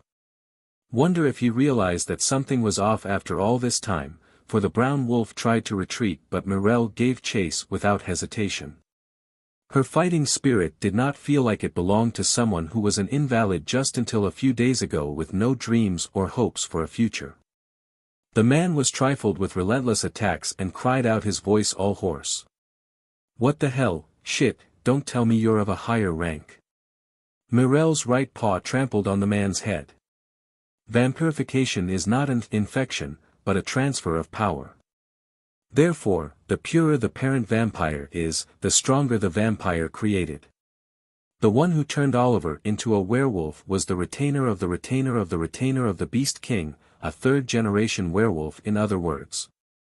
As I am an ancestor, a vampire of the highest rank, she who received my blood, the King of the Dark, would be the first ever, dark vampire. The man who had stopped moving for a moment after taking a blow to his head was repeatedly bombarded with more blows. The floor cracked and the tavern shook as if an earthquake had struck.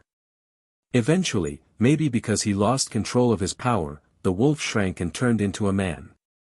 It has been a while since I started hunting vampires, but it looks like Mirel has already settled into the role pretty well, despite being fairly new at it. After taking a look at the half-dead man who was spasming as he was sprawled on the floor, Mirel howled softly once and ran over to me. Her silver pelt, her body so monstrous it could never be equated to a human, shrank down in a moment.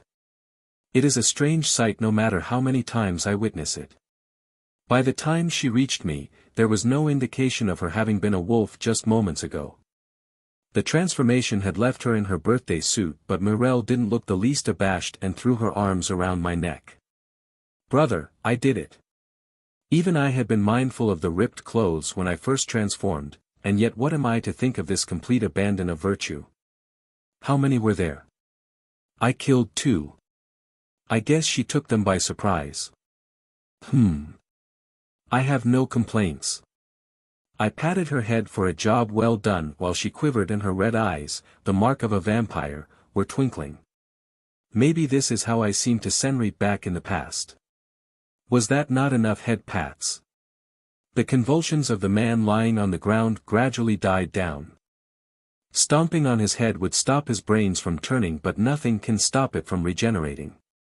That said, the reason Mirel did not kill him is because I had ordered her to let one live. It was to gather information, and if there are no witnesses, we would not be able to have information about us to get to the other side free of hassle. Though it is better to hide your cards for a surprise attack to do its job, Senri and her order are still desperately fighting as we speak. It would lighten the load on Senri's shoulders if the opponents were to split their forces. Mirel turned her head and held out a pale neck and purred. "Brother, I want my reward. Please help yourself to my blood." "I see. I wonder if Senri felt this way when I begged her for blood." Though the roles are reversed at present, it is apparently a stimulating experience for the host as well. Maybe because she was no longer alive, Mirel's face was not flushed but her voice sounded aroused. "I used the ancestors' power and flicked Mirel on her forehead, she who has always been faithful to her desires. I walked over to the guy whose brain had finished regenerating. I have underlings now.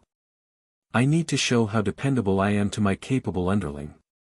Eyeballs back in one piece. His unfocused eyes slowly cleared up and met mine. "It is not necessary for me to bind him. As the difference in strengths between this vampire and me is day and night. Seeing as how Mirel beat him down in a rather one-sided fight, he is no match for me and moreover, he is aware of this himself. That is how vampires work." I grabbed him by his hair, lifted his head, looked him square in the eyes, grinned wide and growled. "State your affiliation and objective. This island is my territory. If you spill your guts, I will consider letting you live." The Undead King of the Palace of Darkness, Chapter 130, Nobility, 3. Damn it. Every single place reeks of undead, who would have thought things would turn out this way? Strolling in a deserted town someplace, Oliver Arbor sighed. Despite the sun still being up in the sky, there was barely anybody out and about. Once upon a time, daytime used to be the hour of the living. However, everything has changed now. The retreat of Death Knights, the longtime enemies of the undead, enabled them to expand their territories. And for ordinary humans incapable of wielding the power of blessing, even weaker undead who are capable of being under the sun, prove to be plenty dangerous. All the more so, when there is no one to protect them. Upon sensing the humans' drop in defense, even dark beings that had not allied with any demon king and kept to themselves, began to make their move. Oliver is also part of the second category if he had to be placed in one. In the time he spent as a member of Reyno's army, he slaughtered humans with glee. Not to satisfy his hunger, but because that was the wish of the wild nature instilled in werewolves. And even now, those instincts have not disappeared. Humph. Oliver snorted. Humans have a much more inconvenient physique compared to werewolves. Owing to his curse, Oliver is quite strong in his human form as well, however he is in a totally different league once he transforms. Werewolf's curse comes with its own share of disadvantages. The fact that it makes them wild and also the fact that their wild side could overwhelm them and they could degrade into an ordinary beast if they stay in their wolf form for too long. However, for Oliver, who received the curse from a third-generation retainer directly connected to the Beast King, as long as he stays careful, things could go either way. While in Reyno's army, where strength is all that mattered, he stayed in his wolf form as long as he could manage. But now, he spends most of his time in his human form. Probably because he had been lost in thought, he was surrounded before he realized it. 3 people behind and 3 at the front. Humans in cheap armor, wielding cheap-looking swords. Considering how they are able to mask their footsteps and aura, they seem to have some experience fighting. In other words, they are small fry. Back in time of peace, they would not even make mercenaries. At best, they would have become bandits. Oliver looked up. His eyes met with one of the guys in the front.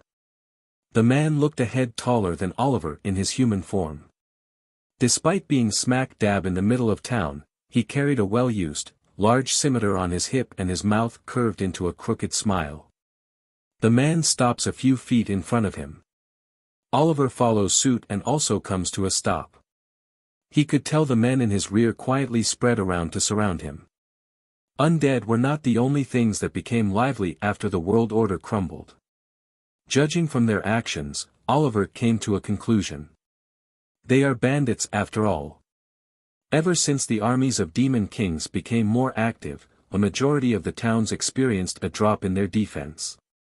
In spite of the state of emergency, humans did whatever they wanted, which only makes them incredibly foolish. The men were all clad in black outfits. "Hey, old fart, what'ya doin' here by your lonesome?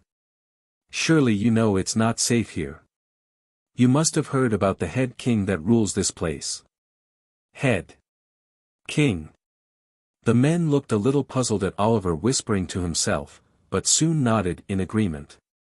Two men at his side slowly spread out in both directions as naturally as they could.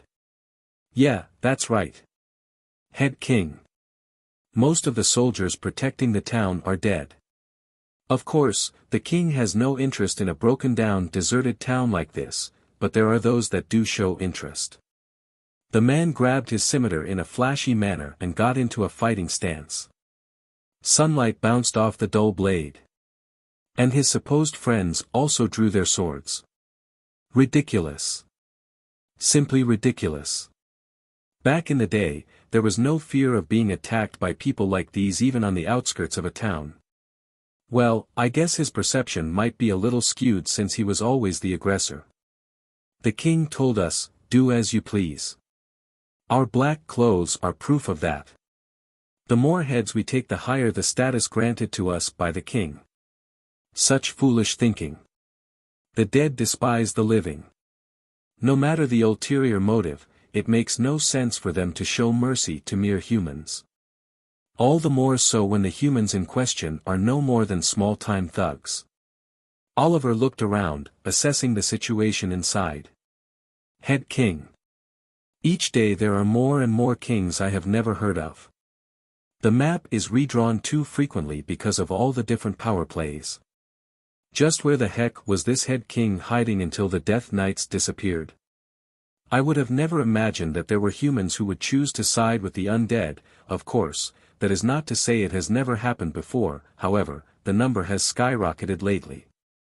Baron lamented that the vampires had degraded in quality, but it appears they are not alone in that. All they took into account was their opponent's physique, whether they were armed, and the head count before they decided to attack them. You're just being used. Because the undead can't use their powers under the sun. Unlike me. Saying so, Oliver transformed. Weaker werewolves need to draw power from the moon, but a third-generation werewolf like Oliver has no need for that. It has been many years since the Beast King was felled. There are barely any werewolves left that are capable of transforming without borrowing strength from the moon. Upon seeing Oliver grow humongous in a flash, the expressions on the faces of men who were very elated at finding easy prey, changed drastically. They could neither swing their swords nor scream out loud, but simply stand rooted to the spot. They left themselves wide open in front of a beast. Though this won't get me any reward, it's kill or be killed.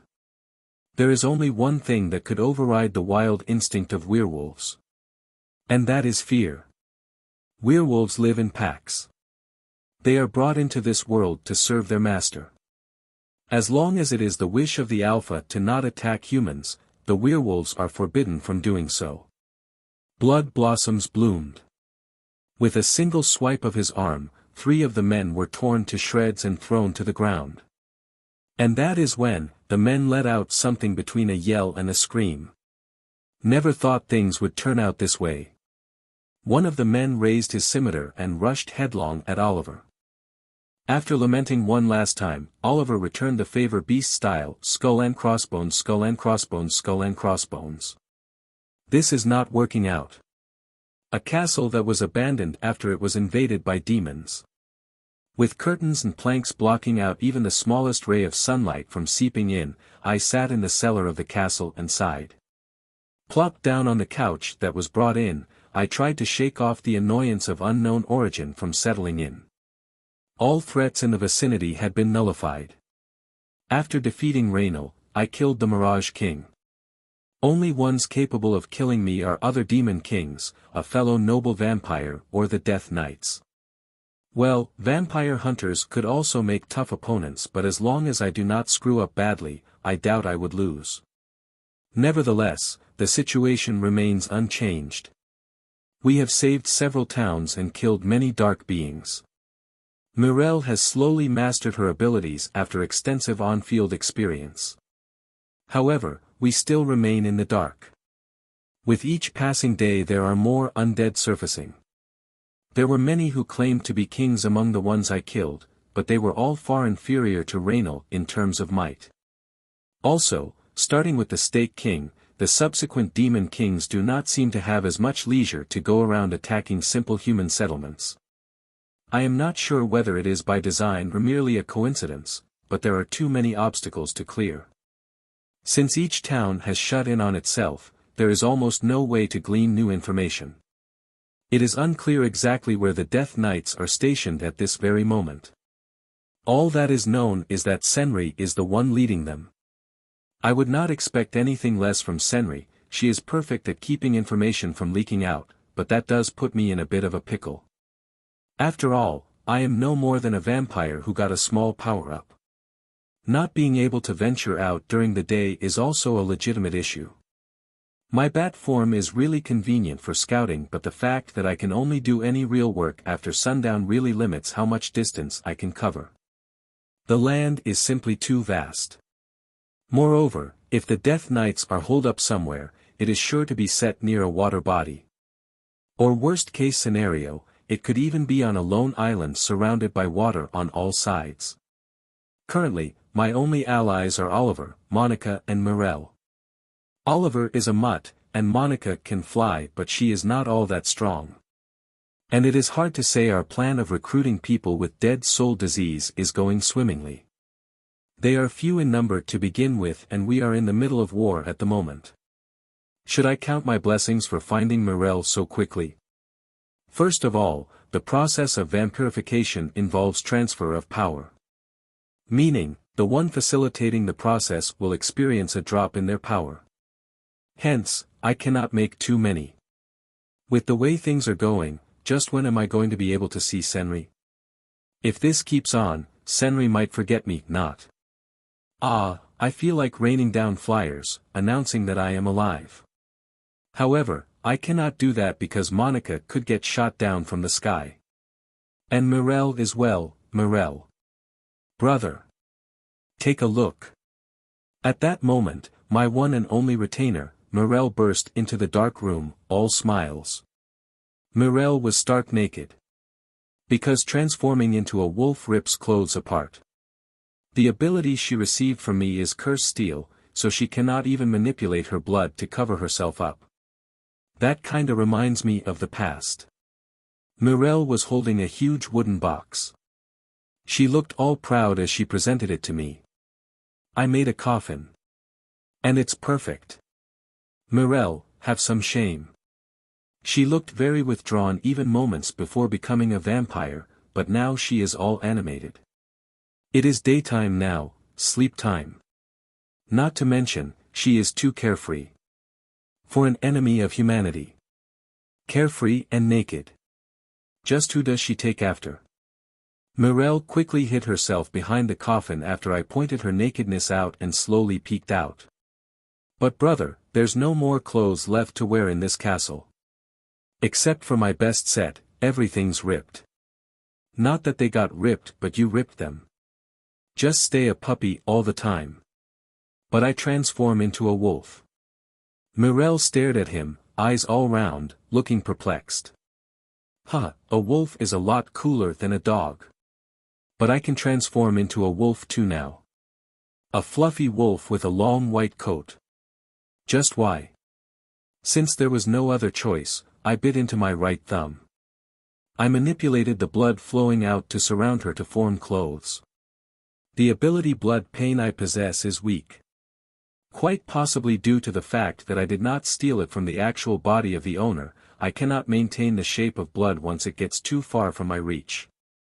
I need to quickly find a vampire with the ability for Mirelle to steal the curse from. Wait a minute, are all the vampires excluding those serving the Stake King, all nudists? Yay! Thank you, brother.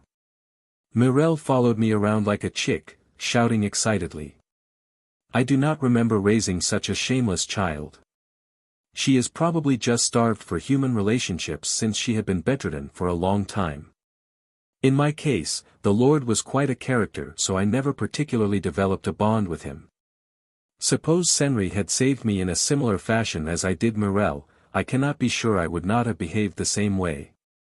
Mirel put down her handmade coffin on the floor, grabbed me by the arm and tried to shove me into it. As slender as her arms were, she was pretty strong since she was a vampire. Hold it, stop, this coffin does not have a mattress. I am glad you made it just for me, but a plain wooden coffin just would not do. Not to mention there are some nails sticking out that poking holes into me.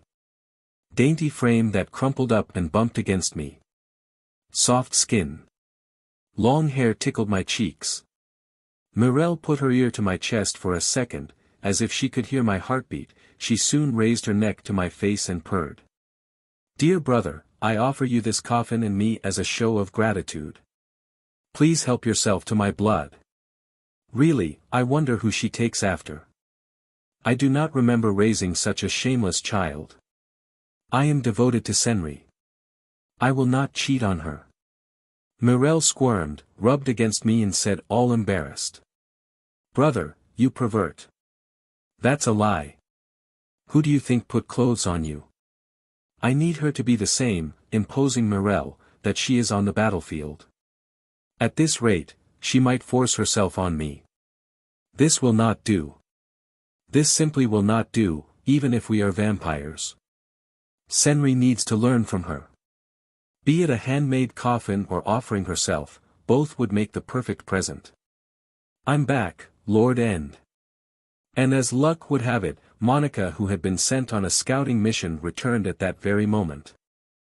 On top of being able to fly, she can also be out and about during the day. Though rather weak, she also possesses charm abilities, and Oliver, who can fight and whiff things out, are very useful allies. Though, I am also capable of the things Oliver can do. Upon learning of Monica's return, Mirel's expression very openly changed. Apparently, she is not too fond of Monica. Maybe because she flew back without rest, Monica looked haggard. Demons have superior endurance compared to humans, but it is still far inferior to vampires. She had dark circles under her eyes and her hair was all disheveled. I should make sure to not snap at her even if she has nothing to show for all that effort. I cleared my throat and promptly asked for a report. Welcome back, Monica. Have there been any developments? Lord End. It's too late to gloss things over. Monica held her head as if she was nursing a headache, and with her voice sounding exhausted, she began her report.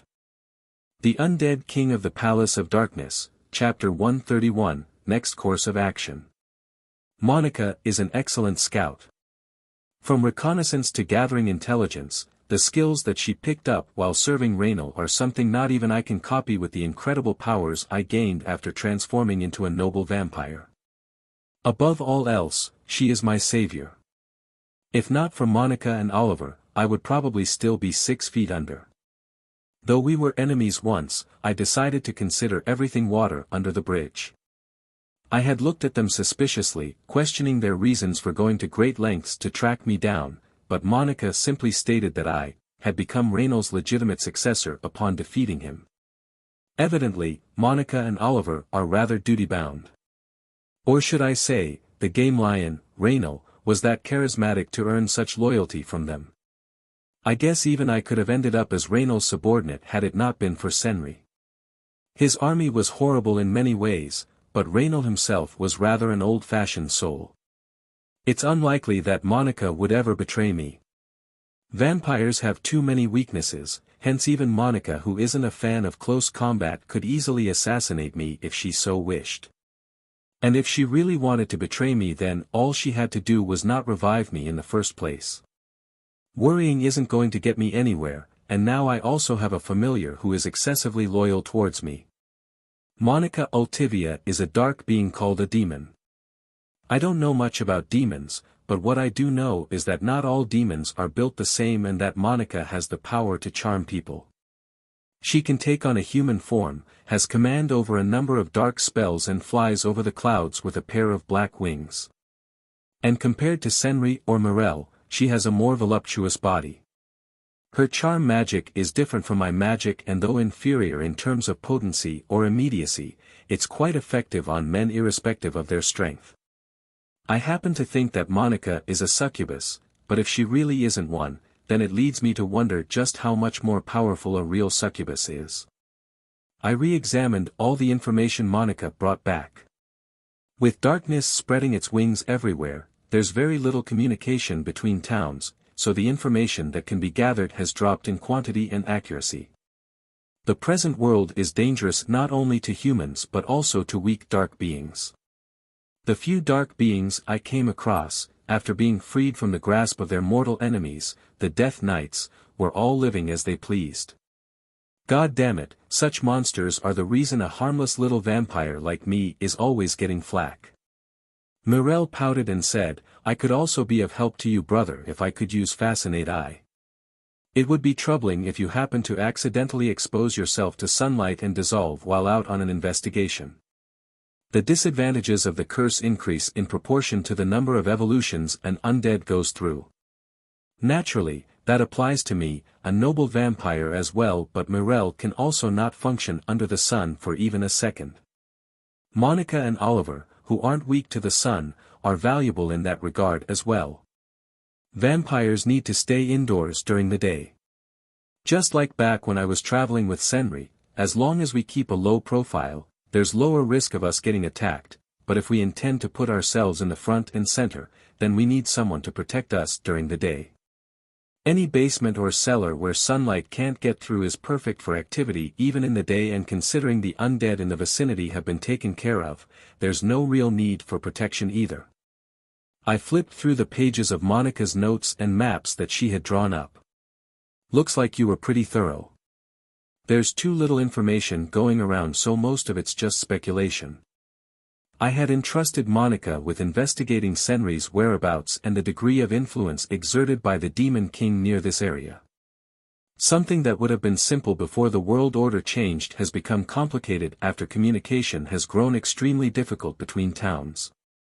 I have Olive hunting down those that don't belong in human towns. Morel and I have been following hearsay and training at the same time as we wander from place to place, but we've never happened upon any juicy tidbits of information. I guess the recent investigation didn't bear much fruit either, and Senri's whereabouts are still a mystery. I think the only way to find out their location is to follow the trail of provisions delivered to the Death Knights. If rumors about them being at war are to be believed, then there ought to be a supply route. I know. How about putting me in a box and shipping me off to the Death Knights? Not to toot my own horn, but I can make myself as compact as can be. Monica sighed upon hearing my half-serious suggestion. Lord End, I think we're past the point of such shenanigans being effective. The trade network is in shambles. You'd be hard-pressed to find even a peddler in the vicinity. Then, how about we become one? In big cities, we'd have to go through several layers of identity inspections conducted by humans. We'd be found out in a second. Brother, I want to be a peddler.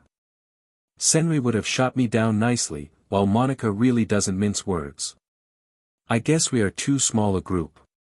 Our forces only consist of 4 members, and that's including me. Well, our combined strength is really up there, but it's true that we're severely understaffed. I don't mind going with the flow and saving human towns, but with the way things are progressing, we won't be able to keep them safe forever. But that doesn't mean I didn't find any leads.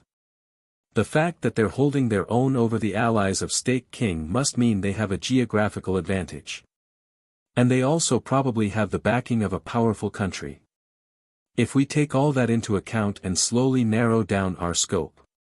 Monica's words made sense. But it wasn't enough. The world is vast. Time is a non-entity to me, but the same can't be said for Senri, and in the 3 years I was asleep, I'm sure she has grown up. If I take my own sweet time with things, Senri will become an old lady soon. I need to meet Senri, who's blossomed into a young woman right now. Monica rambled on as if to admonish me. Mirelle had no choice but to listen as she kept calling out to me. I put both of them out of my mind for a moment, closed my eyes and came to a decision. Okay. Monica, go and bring Oliver. I've decided on a plan. It's time we stopped playing defense. The search for patients with dead soul disease and the investigation, not only take up too much time but also have poor returns. It's no good to overcomplicate things. Thinking back, I've always broken down all barriers in my path through sheer force. Then I should simply do the same now. Prudence is a virtue, but there's only a fine line between prudence and cowardice. There's no need to make more retainers, just like back when I dealt with Raynal, I can let my fist do all the talking. I examined the map Monica had drawn up on the Demon King's armed forces. With a rough outline of the neighboring area as reference, it's clear that there are several beings arrogant enough to claim themselves king in the vicinity. I'll beat every single one of them down and make them serve me. If I find any human settlements under attack, then I'll make allies of those humans while I'm at it. I'll expand my influence and defeat the allies of the Snake King, reunite with a grown-up Senri and get my happy ending. This is the shortest route to achieve it. Did I become muscle brain like Senri?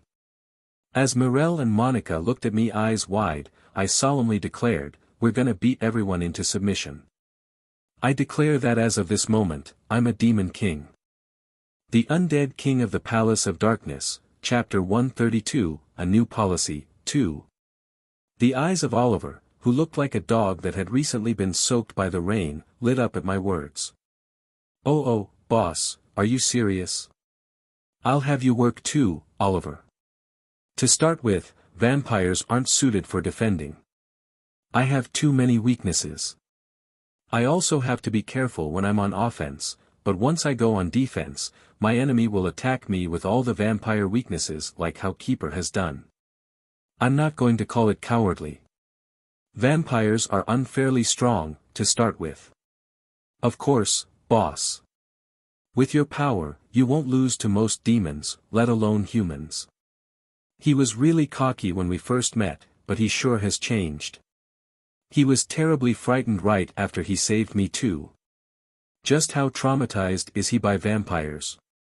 His killing intent is too different from Albertus, who should have received her curse in the same way as him. Oliver, you're the vanguard. Me? Well, you have no weaknesses and you're sturdy.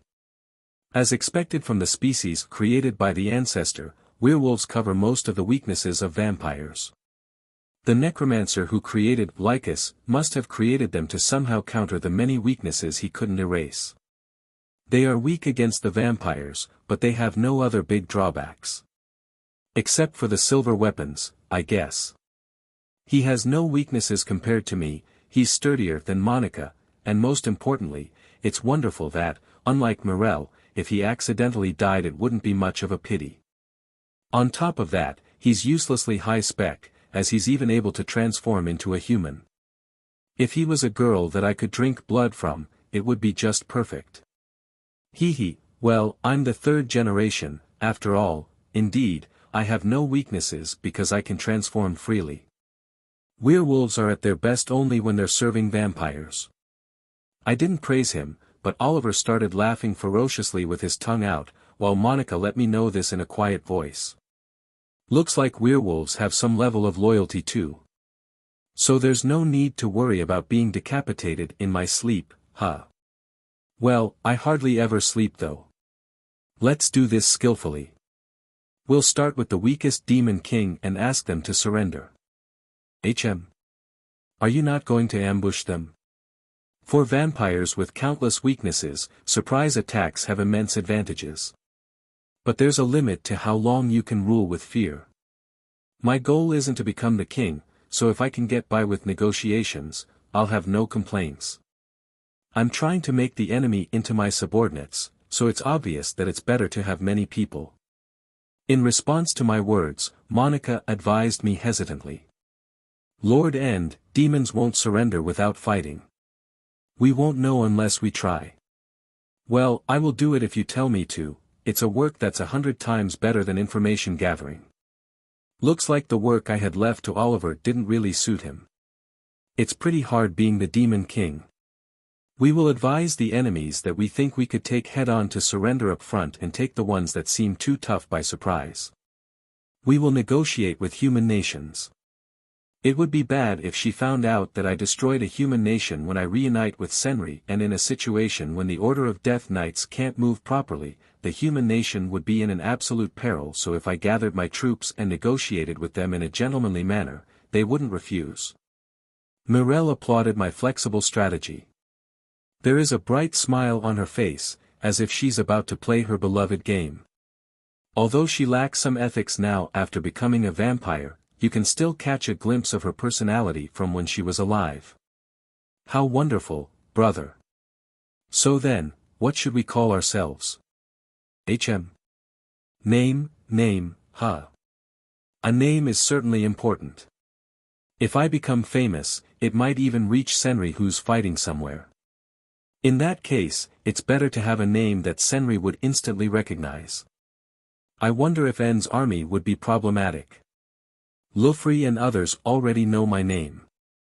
If possible, I'd prefer it be a name that only Senri could understand. Senri-loving army. Brother. Mirelle's expression, which until now had been happy no matter what was said, instantly became clouded. Oliver's cheeks stiffened and he looked at me as if to ask if I was sane. After being silent for a while, Monica said with a voice she had barely squeezed out. Lord End, that name will cause problems for Lady Senri. Just kidding. Right, you're right. For a second I thought our army would end before it even began. Indeed, if there was an army called Senri-loving army wreaking havoc in the outside world while Senri was desperately fighting, she would end up in a troublesome position. That's not what I want, and the fact that I love Senri is something that doesn't even have to be said at this point.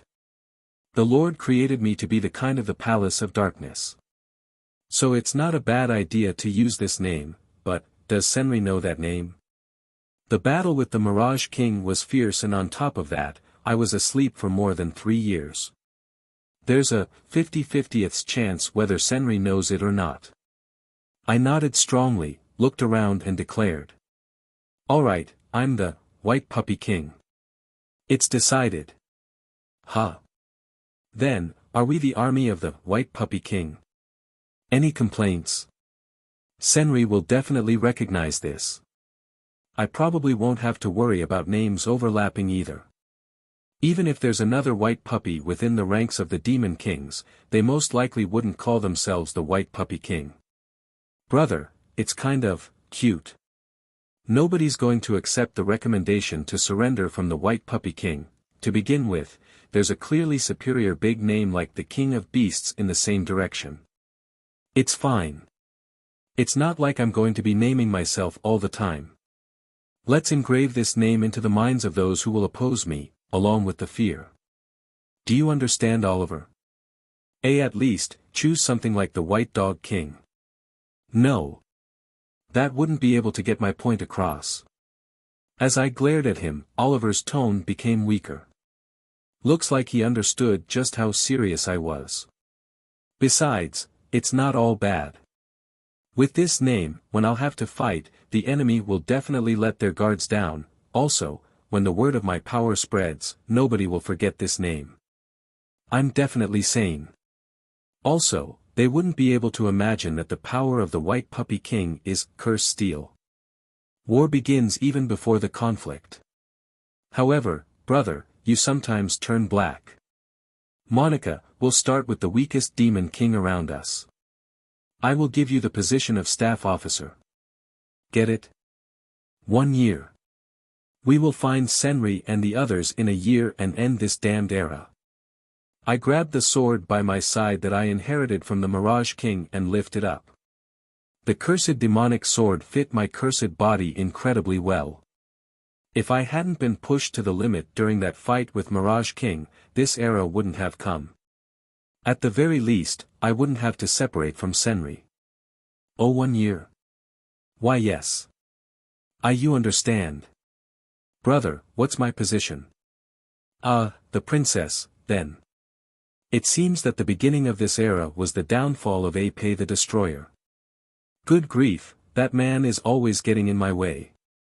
With a smile on my face, I took a look at the frozen-up Monica, Oliver and Morel, who was overjoyed at the title of the princess I had randomly made up, and gave the first order to the white puppy army: skull and crossbones, skull and crossbones, skull and crossbones.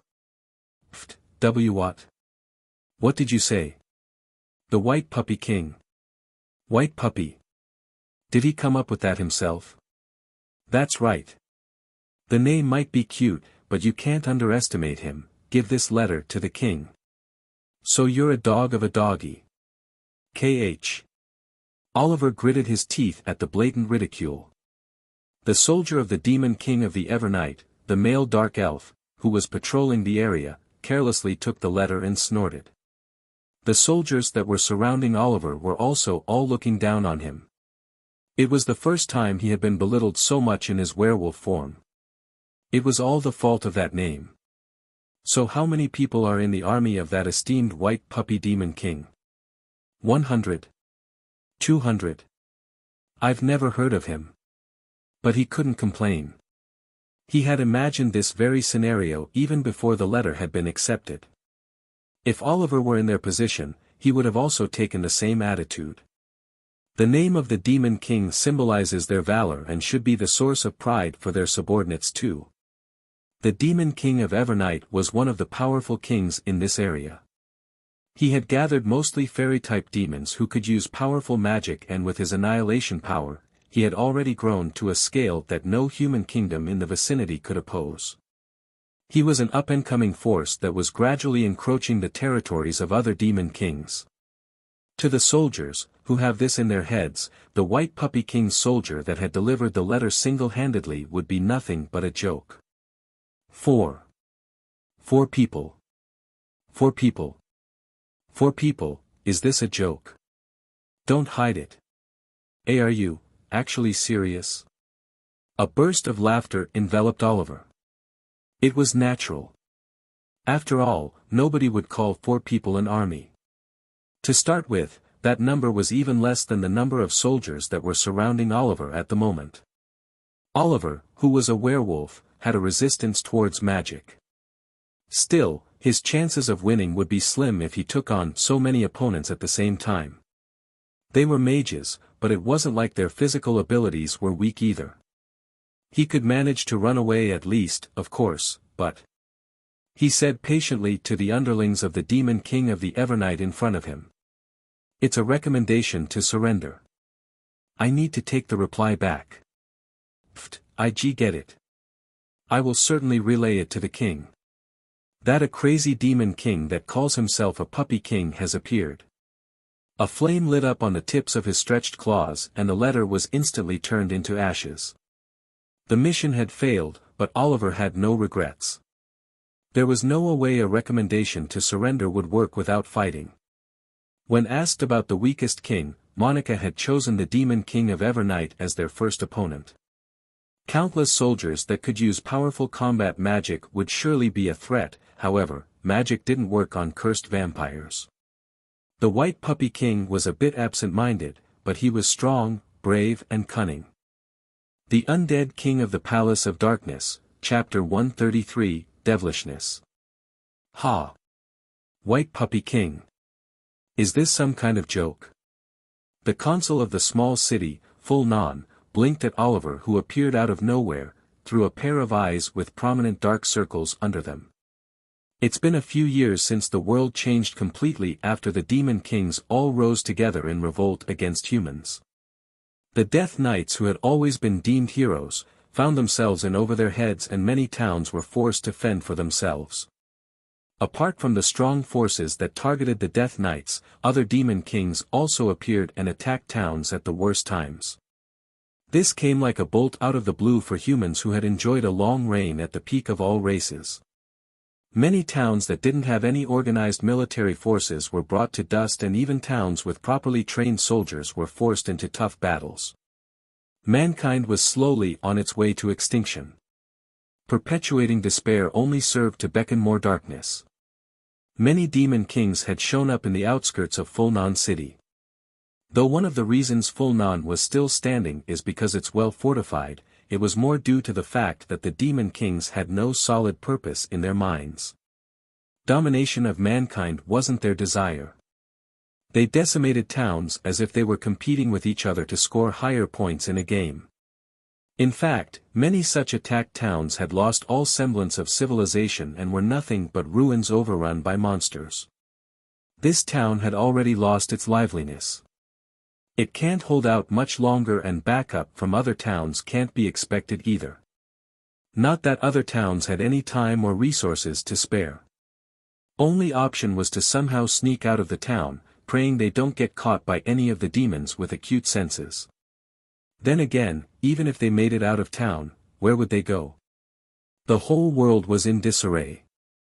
The town hall was no more. The people who had a place to run to, had all left, and there were only a few conscientious people left behind who did any work. This is the first any demon king has sent a messenger to a human town. Is this even a demon king to begin with? Why? This is why I told him that calling himself White Puppy King would come back to bite him. The man who identified himself as the emissary was hideous and small in stature. I don't mean to imply he looks weak, but he doesn't look like a soldier. Not to mention, even if there existed a few demons that could comprehend the human language, it doesn't mean they would be willing to become our allies. Our values and motivations are too different. He turned to look at two guards armed with shoddy spears and shook his head. But if we don't do something, we're screwed. We stand to lose nothing by joining hands with them. Right? Well, that's true, but, let's say he's really the emissary of a demon king, we have nothing to offer in return, do we? Something like gold is useless at this point. It was impossible to know their purpose. The man didn't beat around the bush. Fulnan didn't have many soldiers left. They barely had enough food to get by, and even that will soon run out. Public order was growing worse by the day, and more people were leaving town. The system had broken down to the point that the consul who was normally swamped with work went out of his way to accept an unscheduled visit from an unknown emissary. That's when Oliver sighed deeply and said something completely unexpected. Well, never mind. For starters, our king said he'd think things over after beating everyone up. You'll make up your mind after you witness that. Beat everyone up. They had no idea how to respond. They couldn't tell if he was serious or joking or it was a scam, but he didn't ask for anything in return for it to be the third option. Oliver's voice got low and he growled. Our king, for reasons undisclosed, used to be a pet dog in the past. Better think hard before you make your decision. The atmosphere changed. The aura from the unknown presence made the exhausted consul's hair stand on end, and he stepped back reflexively. Oliver's body creaked audibly and swelled up in size. His clothes ripped, he grew ears at the top of his head, and his form changed. No one could wrap their heads around what happened. No killing intent was directed at him, but the guard's hands trembled and he dropped his spear. Werewolf. White Puppy King. Ugh, why do I have to be subjected to this? I'll come by later to hear your response, human. The monster howled and disappeared. No, it would be more correct to say it kicked off the ground. It's just that mere human eyes could not keep up with its acceleration. Even after Oliver had left, the consul and the two guards stood transfixed for some time. A while later, making sure that they were safe once more, the consul sighed. I see, for God's sake, what's up with the security in this town? I've heard it's hard to tell humans apart from werewolves, but what a truly frightening mimic ability. They were helpless in the face of such power. They might be able to distinguish humans from monsters if they posted guards at the entrance and made a thorough check of everyone who passed through the gate, but the monsters have crazy physical abilities. With this town's military force that could only rival a small village's vigilante group, there's not much they could do. The Death Knights who dealt with situations like this are all gone now. Just in case, I should report this, not sure if they'll believe me. The previous owner. We can no longer put up a fight. If these beings are truly powerful enough to make the demon kings in the vicinity scatter, then all we can do is submit. But to think they would send an emissary over, what kind of king are they? God damn it, even though this is a serious matter, it's hard to feel nervous given the name of the king. The consul sighed, half in exasperation, half in resignation, and made his way back to the town hall. Skull and crossbones, skull and crossbones, skull and crossbones. Aversion born from irresistible instincts. That is the reason they were always in conflict. Monsters are often all lumped together into one category and in general regarded as enemies of mankind, but it's a very absurd thought. There's no existence more abhorrent than undead who have overcome the basic laws of nature. If the humans didn't boast an overwhelming military might, there's even a possibility the undead might have clashed with them.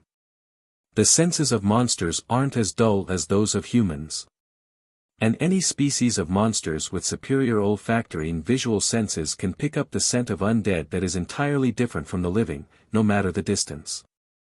Dead of the night when even the moon hid behind thick clouds. The campfire shone upon a slender figure. One of the human towns that had been restructured into a base was filled to the brim with monsters. All manner of dark beings in one place meant a lot of chaos, but there was no doubting their strength. However, despite several glinting eyes pointed at, stared down by several pairs of eyes from the sky, there wasn't a shred of nervousness in the face that was suspended in the dark. Nay, the one nervous, was the army instead.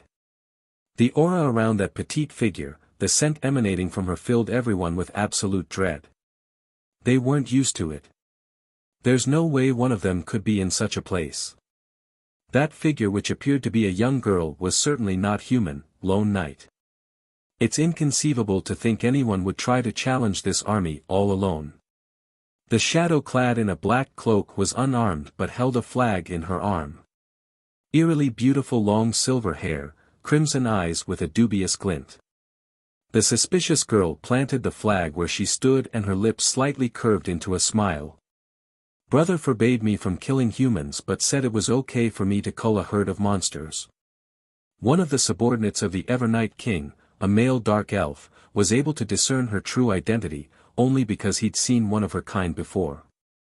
A solitary existence that had driven the Death Knights to a corner. This place belongs to brother from this day. It's a vampire. Keep your distance. Grab all the silver. Consecutive magic bullets that could easily burn down a human army made their impact. However, they were nothing more than a gentle breeze to a strong curse holder of immortal nature with high resistance to magic. Smoke arose in a cloud. There was no time to waste. Let the water run. Get the garlic and crucifixes. Simple living beings without any sort of preparation shouldn't dare to oppose it. Even the mighty Death Knights always plan ahead. And thus, in the midst of the smoke, the slender figure grew enormous in a flash. The Undead King of the Palace of Darkness, Chapter 134.1, Devilishness, 2. Her small body instantly became gigantic, turning into a beautiful beast. It was a repulsive sight that could have easily fit right in some tale. The lone beast kicked off the ground, ignoring the countless magic bullets fired at it by the dozens of demons surrounding it. It had graceful limbs and the silver fur that was impervious to the most attacks, including magic, physical attacks, and firearms. Senri once told me that vampires are originally beings that not even Death Knights would take on alone. Especially, when the opponent is a skilled vampire, even a group of Death Knights might be in danger. Vampires with numerous weaknesses overpower Death Knights that are the experts in them. The strongest quality of vampires I can think of, is their overwhelming physical strength. Infinite stamina and the muscle strength to easily lift several tons of the rubble.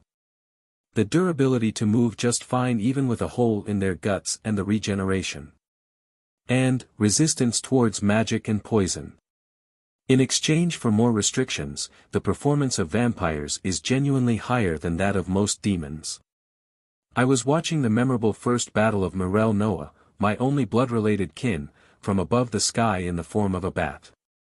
I'm sure she has a talent for combat. Even though she had a senior like me and even though she was able to become a vampire right away, she didn't hesitate to fight right from the beginning. The first thing I made her fight was a monster that looked like a furry beast, but she killed it as if it was a matter of course. I got used to fighting after several battles under the Lord's orders, but she's different. Mirel likes transforming into a wolf, but her wolf form is very beautiful, with its huge and elegant body and shining silver fur. The first thing I transformed into was a dog, so there would be some differences, but the gap is too big even though our circumstances are the same. It's to the point that I've been restraining myself from transforming into a wolf recently because it'll be sad if I look less cool than her after turning into a wolf. But still, she's a newborn vampire. Mirel is strong. She's far stronger than I was at the beginning. But this world isn't that easy on us. I'm watching over her secretly from the sky just in case something happens. I've been through hard times ever since becoming undead. I was left as just a head by death knights, had my weaknesses exploited by vampire hunters, was burnt by cursed flames, was wounded by silver claws and attacked by blood stakes. Now that I think back on it, I'd be laid to eternal sleep if I had made a single misstep. The only reason I managed to somehow survive the battles was because I had Senri, somebody who understood me. Even if she wasn't by my side, her existence always supported me. That's why, I'll be the one to watch over Mirel next. I don't doubt her talent, but vampires have too many weaknesses and the vampire weaknesses are well known, so the enemies usually exploit those.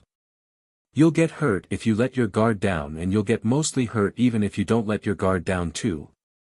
This is the first time Mirel is facing a big opponent. This time I'm making her target the forces that are compatible with her to gain experience, but still, the other person is the Demon King, there's no knowing what kind of tricks he'll use. And just as I'd worried, it was obvious from the first attack that Mirel was an amateur. Since the recommendation to surrender had already been made via Oliver and rejected, she should have attacked secretly and reduced their numbers, but she showed herself from the front. Flag should be the last thing you put up. Unaware of my feelings as I fearfully watched over her, the Silver Wolf attacked the soldiers of the Demon King of Evernight while taking the barrage of magical attacks head-on. She sent the opponents flying with a body slam, trampled them with her 4 feet, bit their necks and swung them around. It's definitely effective, but it takes a lot of courage to do that in her first battle with no backup, even though flowing water could instantly disable her power and incapacitate her. As it was one of the opponent's bases, there were a lot of soldiers in the town.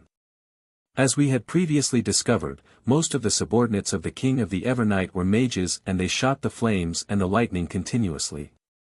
Even though they should be aware that the other person is a vampire and immune to magic, they probably still can't help but attack. They have an overwhelming advantage in numbers, but it's obvious even from looking from the sky who has the weakness. Mirel was too daring. And the subordinates of the Demon King of Evernight were being overpowered by her killing intent. With so many numbers, they should be able to do something about a single vampire, but the Silver Wolf easily trampled the hesitant soldiers of the Demon King of Evernight. And then, I noticed several dark elves with bows that had gathered on the roof more than 100 meters away from the plaza where Mirel was wreaking havoc. Dark elves are demons that excel in the bow and magic. They have good night vision and it is said that a skilled dark elf can shoot an apple several hundred meters away with a bow. The dark elves drew their bows with an enchanting motion. Their arrowheads had a peculiar silver shine. They don't seem to have been blessed, so it's much better, but silver is the weakness of dark beings. Vampires aren't exempt from that. Silver weapons can easily pierce the tough flesh of vampires and inhibit their regeneration. The sense of pain of vampires is far duller compared to humans, but it's different when they're wounded by silver weapons. Some vampires apparently become paralyzed due to the intense pain they experience for the first time. If a vital organ like the heart or the brain is pierced, they might not die instantly, but they'll surely stop moving after that. So finally trouble came to Mirelle. She should be used to pain because of the soul death disease, so there's no need to worry about her becoming unable to move. That's what happens when you don't set up a surprise attack. I could have gone in to save her, but it's better for her to get in hot water at least once. I won't always be with her. Mirelle bit into the dark elf that was shooting magic at her from close range and stopped moving for a second. Taking advantage of that brief moment, more arrows came pouring down. Countless silver arrows came flying in the dark night. Unlike the firearms, their attacks were almost soundless. I would have noticed them, but only because of the experience I have accumulated until now. The cowardly hail of silver arrows approached Mirelle from behind. And right before the silver arrowheads were going to pierce her beautiful fur, Mirelle turned around widely and shook off the silver rain with the dark elf in her mouth. Most of the arrows in the silver rain were swatted away, while the rest pierced the body of the dark elf in her mouth in succession. The soldiers, who had been attacking from afar in an attempt to inflict as much damage as possible, were rattled. It's not a coincidence. Mirelle isn't panicked at all. No way did she anticipate this attack. Discarding the dark elf that now resembled a hedgehog, Mirelle strongly kicked off the ground. She closed the distance of several hundred meters in one leap, pulled down the dark elf mage that had stopped moving in panic and pulled him into her mouth, running like a gale towards the direction where the arrows were coming from. I can't help opening my eyes wide. She's even clearly aware of the direction where arrows are coming from. However, while a few hundred meters is no big deal for a vampire, there's no way the enemy will just take it silently either. Mirelle blocks the new wave of the countless silver arrows using the new shield, not slowing down even a little. I always tell her to be watchful of silver weapons, but what's up with her courage? The transformation in a wolf should have changed both her body sensations and the perspective, making it hard to maneuver, but it's simply amazing how she's able to block and repel the coming arrows with the thing in her mouth. I might not be able to do that. One of the soldiers used a spell, made water burst out from the ground and created a small river a few meters ahead of Mirelle. It's one of the weaknesses of vampires, flowing water. Its momentum would be nothing for humans, but it's fatal for vampires. Mirelle, who should have been at a loss of what to do if she still had the same senses she had when she was alive, stepped on the ground, dodged sideways, and threw the shield she had in her mouth toward the roof. Unable to deal with their comrade that came flying at them with great force, the archers lost their balance. Once you let them get close enough, you can't match a vampire unless you have great physical abilities. I was both impressed and stunned by how brilliantly she fought, despite only having become a vampire several months ago. Her field of vision still remained wide, even though she was rampaging so much. She stayed vigilant. Normally, during a battle, blood rushes to your head or your field of vision narrows. In fact, I ended up in trouble each time too. Maybe Mirelle won't have a bitter experience. My plan to swoop in and save her from the peril.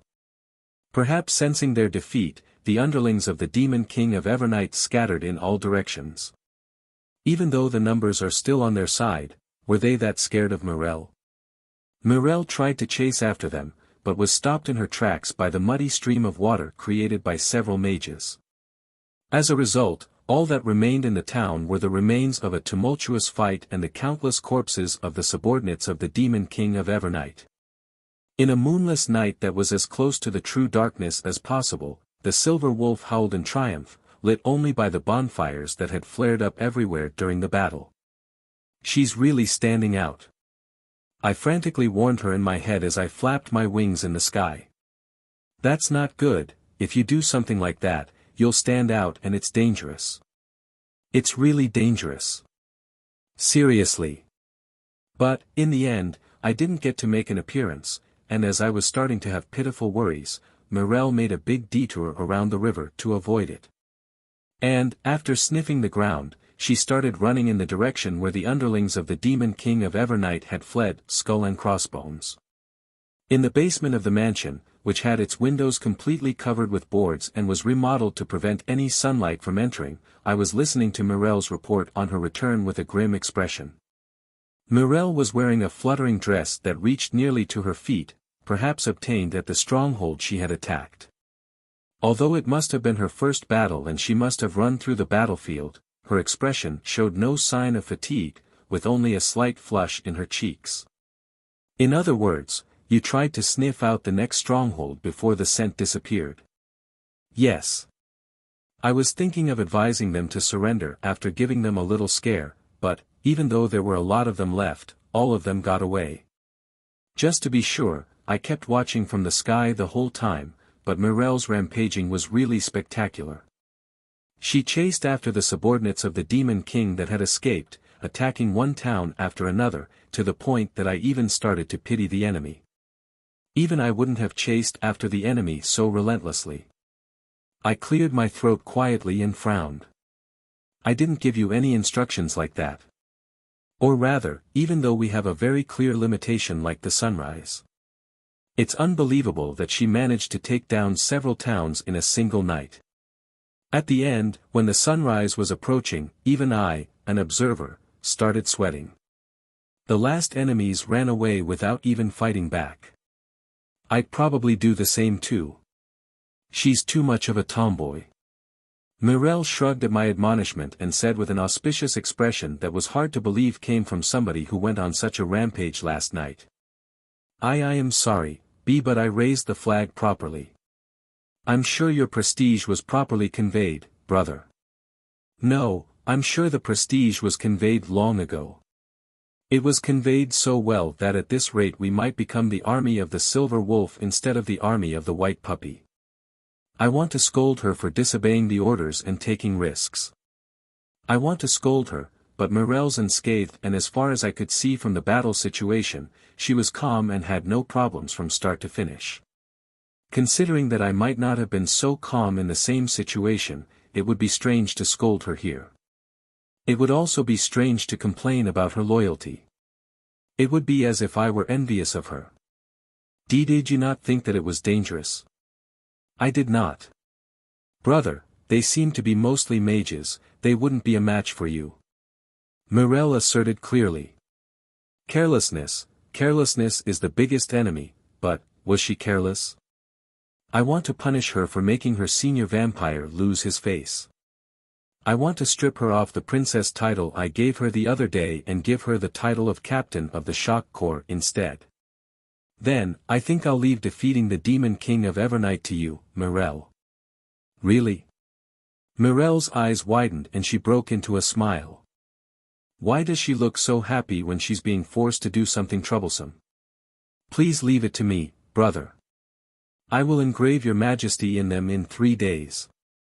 Mirelle jumped at me as if moved to tears. I let out a sigh while stroking her head with a feeling of helplessness. I might have turned a dangerous girl into my kin. The Undead King of the Palace of Darkness, Chapter 134.2, Devilishness, 2. In this world, there exist terrifying races that can rival an entire army with just a single individual.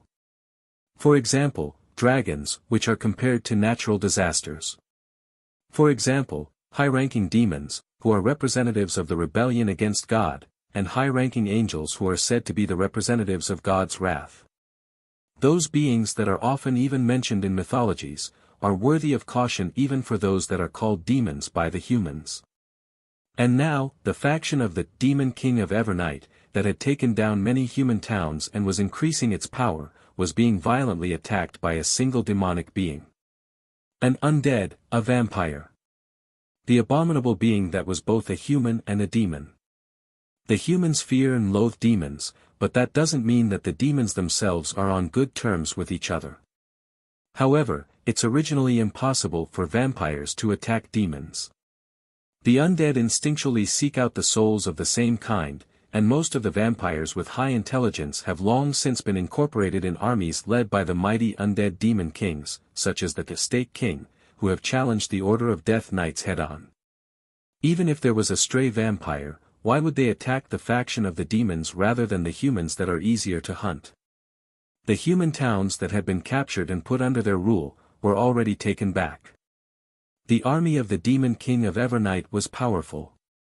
A large number of dark elf mages, who had mastered magic, which was becoming more and more obsolete due to the development of science and technology and their tactics of destroying the enemies from afar, while strong demons and the golems placed in vanguard served as walls, helped them bring down several towns without any remarkable losses.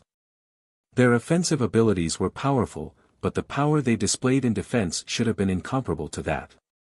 However, the defenses that had been set up in the cities they had taken to serve as a foothold for the next invasion were of no use. And now, the stronghold of the Demon King of Evernight, the fortress that was built on the steep cliff, was in the midst of a buzzing commotion like a beehive. Deep inside the fortress, demons that formed the core of the army that was centered around the dark elves had gathered in the throne room. There were demon species like ogres and hobgoblins and low-level fiends like imps. Magical creatures created with magic, such as golems and artificial spirits. And dark elves who had been persecuted because of the dark mana in their bodies despite being superior to humans both in intelligence and appearance. A dark elf man was settled on the throne that was made of rugged stone. He had long, jet-black hair and sharp, slanted eyes. The tattoo of a strange pattern on his forehead was the product of an ancient ritual to enhance his magical powers. He was quite short for a dark elf, who were usually on a taller side, but his ears were pointed, as if to confirm which race he belonged to. A dark elf mage, who freely manipulated the magic of the night and led a great variety of demons. The Demon King of Evernight, Diesel, grit his teeth and glared at his assembled subordinates. Impossible, in just a few days they've taken back the entire town we've spent months chipping away at. Young master, I've fought vampires before, but that one's impossible. That small town wouldn't even stand a chance. We have to at least dig a canal as the vampire countermeasure or else. Hearing the words of his confidant, who had been serving him for a long time, Diesel ruffled his hair, as if agitated. The obviously frustrated appearance of their king made the demons stir. This is our chance. Now that the Order of Death Knights is still holding out and their attention is focused on them. If they are defeated by the Demon King Alliance, those who are only watching the situation now will come rushing in. If that happens, we won't be able to capture the town easily. Their initial response was delayed. No, the other demons were late to take actions too. Nobody would have expected that the Order of Death Knights would be defeated. Even now, after 3 years had passed, the Caution faction still hadn't moved. And at the same time, there were those who had grown impatient over those 3 years and had started to move. Some of them had even destroyed most of the human towns in the vicinity and had begun territorial disputes with other demons. The fortress at Diesel's main base was too poorly located to be a foothold for the start of military rule. We can still make it in time, do everything to kill that vampire. Can't we just make them collide with other forces? There have to be other demon kings nearby beside us. The matter is, they seem to be persistently targeting only our towns. What in the world did we do? Unlike the town that only had half-finished walls, this was a full-fledged fortress. Dark elf archers were patrolling on top of the wall, which was so high that not even a vampire-turned-wolf could climb over it easily. The forest at the foot of the fortress was inhabited by various demons, which didn't let the intruders pass through alive. It was precisely because of this fortress, which had hardly been attacked for a long time, that the kin of the Demon King of Evernight were able to survive even in an era when the humans were in an overwhelmingly superior position. However, even though they had retreated to the fortress in which they had their absolute trust, the expressions on the faces of the assembled subordinates were unwell. The fear brought by those who had been lucky enough to escape had spread to those who had been defending the fortress. The situation wasn't looking very good. Young master, here we have a river and spring water nearby. We can easily create flowing water. They are weak to sunlight. No matter how strong they are, if we can lure them, trap them and stop their movements, we can defeat them by stalling. Gagia. We have garlic too. And the crosses. When he saw one of the imps under his command waving a garlic-studded necklace, Diesel clutched his head. What a pathetic story it was. They were the same demonic beings, but he had to rely on exploiting the enemy's weaknesses like humans did. Do you really have no idea why we would be targeted? As Diesel shouted with emotion, one of his subordinates suddenly replied with a small voice. The dark elf, who was guarding the town that was attacked first, reported falteringly to Diesel, who immediately glared in his direction. See, come to think of it. A summon to surrender was suddenly sent by another demon king. Apparently, they called themselves the White Puppy King. The White Puppy King. That's ridiculous. We also doubted our ears. They said that they only had 4 members, and we assumed it was some kind of a joke. He didn't even have the energy to glare back at the name that lacked all semblance of tension. He could also understand why the report hadn't come in. To begin with, if they accepted the sudden summons to surrender from an unknown demon king, they wouldn't be fit to be soldiers. However, it was probably true. The one attacking was a wolf instead of a dog though. So it was a trap. Shit, those damn living dead, their brains must be rotten. I'll kill them, I'll make them regret underestimating us. This was a war. Only those who exterminated the other demons' kings would become the main players of the next era. And it would be the king of the Evernight to stand at the top. The era of dark elves was coming. The die had already been cast. If he was going to fight for the top, he would have to go against the vampires eventually. He was facing a small group this time, so he could consider it as a rehearsal. His confidant told to Diesel, who was desperately trying to keep calm by regulating his breathing. Offensive magic would be a bad move. They seem to be wary of silver too. They look like a child, but the child is a skilled and experienced fighter. With our current strength, there's nothing we can do but catch them off guard and trap them. So that person is a veteran. I get it. Use any means to get rid of them. Find the coffin they sleep in. I will not be hindered in a place like this. Just as he gave the instructions, the walls, the floor, the throne room, vibrated a bit. A scream came from the outside, and Diesel instantly stood up. There wasn't even time to confirm what had happened. They were unbelievably quick. How had they sniffed out this base? He reprimanded his agitated subordinates. Get to your positions and be alert. This fortress won't fall easily even if the enemy is a vampire. If we wait for the morning to come, it's our win. Don't take your eyes off the burglar, hold out no matter what. This fortress was surrounded by a wide moat and the flowing water, one of the weaknesses of vampires. Behind it was a precipitous cliff that even beasts couldn't scale properly, and it was possible to watch all directions from the top of the wall. If the enemy was a vampire, they could rest in the morning. Holding down the fortress was possible. The underlings regained their senses with the calm words of their king and ran out of the throne room to get to their positions. Diesel left the throne room, rushed up the stairs and looked down at the forest that spread out from the tall moat to the bottom. Dark elves had good eyesight and could see well at night too. He quickly found his target.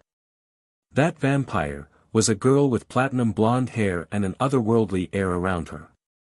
She wore a thin, fluttering white dress. She had no weapons or comrades with her. Her limbs were unbelievably slender, and it was hard to think that she was the terrifying enemy that had single-handedly chased away Diesel's subordinates. Vampires created by necromancers generally couldn't use magic. How in the world could she have attacked from such a distance without a weapon? In front of the eyes of puzzled Diesel, the girl put her small hand on the large tree growing near her, and pulled it out easily. It was a scene that almost seemed like a joke. Even the ogres under Diesel's command couldn't do the same thing. It was absurd. The guards gathered at the top of the outer wall stirred. The girl swung wide while still holding the large tree. Diesel understood. It was a throw with nothing special about it, utilizing her great physical strength. A mass projectile. The guards unleashed a series of magic and arrows, but that vampire didn't care at all. The vampire girl simply threw the large tree happily. The large tree that came flying, pierced the thick outer wall, making the fortress shake greatly. Was she perhaps planning to take down the castle with just long-distance attacks? There were countless things to throw. The moat was deep, but if she kept throwing, she would eventually stop the flow of water. Diesel shuddered at the enemy's overly bold strategy and yelled as he snatched the garlic necklace that the imp was swinging. Kill her. Don't let that woman do whatever she wants any longer. The Undead King of the Palace of Darkness, Chapter 135.1, Demon King of Evernight. A castle siege is difficult, even for a vampire. For vampires with a number of fatal weaknesses, being waited for fully prepared is extremely hard. In particular, being unable to cross flowing water and losing their powers when they're above it is an especially troublesome weakness, and it's also one of the reasons why vampires, who boast of great powers, haven't survived that much. Another peculiar problem that comes up when attacking fortresses, castles or mansions is the weakness of being unable to enter without being invited, and it can be said that the success or failure of the mission I gave to Mirelle this time depends on how she'll solve this problem. And Mirelle dealt with each of those problems with brute force. She boldly pulled out the tree and used it as a bullet. The massive projectile fired at the velocity similar to a cannonball collided with the firm wall, slightly shook the old fortress and fell into the deep moat filled with flowing water. Countless soldiers had gathered on top of the outer wall, stunned by her brutality. Unperturbed by the failed destruction, Mirelle pulled out the next tree and resumed throwing. Even an ordinary object can turn into a weapon if it's fired with the physical strength of a vampire. I guess this is what they mean when they say that simple is the best. If I were to attack a castle surrounded by a moat, I would probably also take a similar approach after much deliberation, but she's really flexible. Looks like she really won't be having any problems. I make the bat that I'd sent flying high up in the sky, descend and stop on Mirelle's head. Brother? Mirelle, who immediately realized the true identity of the strange bat, shouted with glee. After making it let out a quiet cry, I retrieved my consciousness, vision and attention from the bat that I had created by transforming a part of my body. I sigh in relief. The bat's vision is still flickering in the corner of my mind. Vampire abilities are useful and versatile. And, because of that, if you are going to fight another vampire, the results of the battle will be decided by who's more proficient at using their abilities. There would be nothing lamer if I went to save Senri and ended up losing. I can't keep losing to Mirelle. That being said, the situation wasn't progressing. There is only one Oliver and I prefer attacking before sending the summons to surrender, but I won't be able to make excuses later when I'm questioned by Senri. Even if I want to practice my powers, blood power is finite. Right now, I have no choice but to get blood from Monica, but its quality is too different from Senri. Human blood seems to be the best way for gaining blood power. Right now, the roles in the army of White Puppy King, which is involuntarily made up of a select few, are simple.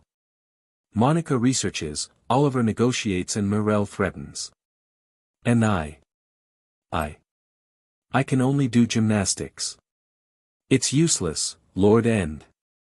The humans are exhausted, but even they won't surrender without seeing our military strength.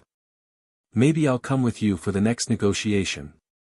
In this era, people don't meet people at night, Lord End. Oliver's fearful yet exasperated gaze was telling me to not follow him because I'd get in his way. If the other person was Senri, I'd be able to easily accept that opinion, but I wonder what this feeling I have is. But at this rate, I will become somebody who makes his subordinates do everything without doing anything himself. In truth, I was planning on attacking the castle with Mirelle, but if she can do it alone, it would be more efficient for her to do it by herself and for me to do something else meanwhile. What should I do to reunite with Senri as soon as possible? I folded my hands, thought for a while and nodded. I have time, so maybe I'll make some weapons. Pardon? What are you talking about? Our goal is not only to absorb underlings under our command. It is the earnest wish of the White Puppy Army to make them fight and get to Senri. I know that those who would give in to threats aren't very strong, but even weak underlings might be better off if we equip them with suitable weapons. Weapons, you say. It is true that there is a shortage of weapons in the world, but do you have any blacksmith in mind, Lord End? Not a blacksmith, but magic instead. I touched the jet black sword that was left by the Mirage King, Jet Numite Bracklian, next to me. The Sword of Daybreak. It's a cursed sword with a history, which nobody could take when I was asleep because it curses everything that it touches. And it's also the sword that only I, who defeated him, can use. Jet created this sword with earth magic. I still find it unbelievable that a sword of this quality could be created with just magic, but a weapon isn't the only thing I've inherited from him. Feeding isn't just the act of replenishing nutrition. Putting the blood in your body is the inheritance of power. When I first drank Senri's blood, I inherited her positive presence and some level of the resistances she had. When I bit into the Lord's phantom, I wasn't even a lesser vampire yet, but I inherited his memories. The curse designed by the Lord, Curse Steel, is the advanced form of feeding. The king of the palace where all demonic beings reside. When his powers flew into me, I relived his memories. The soul of the Mirage King is still with me. I touched the stone wall with my palm. Even if I say that I relived it, I can only use about 10% of Jet's powers in my current state. But, 10% is enough. The stone wall wriggles like clay, creating a stone sword in my hand. Its shape and the strength are far inferior to the Sword of the Daybreak, but, well, it's better than nothing. The scorched color of the blade is the result of compressing the stone with a spell. Oliver, who received the sword, looked at the length of the blade and hummed in admiration. It's a bit heavy, but demons shouldn't have any problem wielding it. If I had metal, I could make metal ones too. I can't create weapons by sucking up materials from the soil though. In order to reach that level, I would need to have a delicate spell composition, deep knowledge of the earth, and above all, insatiable hunger. It was because of his maddening desire, that he reached the zenith of a single path of sorcery. I will most likely never reach that realm. But I can use it as a bargaining tool. With a weapon, even worthless demons could become useful. A bigger reach is at least better than fighting with bare fists, and it's more elaborate than an ordinary stone sword. So, how about it? When I looked at him, Oliver was swinging the sword lightly with a thoughtful expression for a little while, but then he nodded strongly as if he was satisfied. What a terrifying power. If we show them goods, we can at least form a partnership. At the very least, we do need enough members to be called an army though. So it depends on morale. A human town is too weak to choose it as our first target, and there are only 4 of us. There's a high chance that we'll be underestimated no matter how strong we are. The army of the Demon King of Evernight is weak, but they have a fair number of soldiers. Controlling them would be the first stepping stone. On the other hand, if nothing comes out of it even when we corner them, we'll have to reconsider our plan. The time when vampires can move is too short. Then I'll go make some weapons. In that case, I will make preparations to carry the weapons. It would be better if we had any horses. Ha! Unfortunately, we are also short on horses, so for a while I'll be the one pulling the cart. Oliver's shoulders deflated and he left the room with a pitiful expression. If the army of White Puppy King becomes big, I'll make him into a general. The Undead King of the Palace of Darkness, Chapter 135.2, Demon King of Evernight. She moved her body as freely as she could before it was eaten away by the disease, no, even more freely. Her brother did gymnastics a lot, but Morel understood his feelings well enough. Even Morel, who had only been sick for a few years, couldn't stop feeling happy. There was no doubt that her brother, who had literally felt helplessness until the day he died, felt even more joy. She felt a tremendous exhilaration at the smell of blood and the presence of a battle. A towering fortress. She felt no fear for the countless murderous intents that were aimed at her from there either. The bat that her brother had sent was squeaking above her head. There was no full moon tonight. It wasn't the time when vampires could reach their full potentials, but it was enough. The five senses of vampires can handle a large amount of information. They can see in the dark as if it were a day, but they'll never be blinded by a blazing fire. They can pick on the sound of a needle falling, but they will never have their eardrums rupture from a loud sound. They are sensitive enough to even feel the flow of the wind, but they're not weak to stimulation. In other words, they're perfect.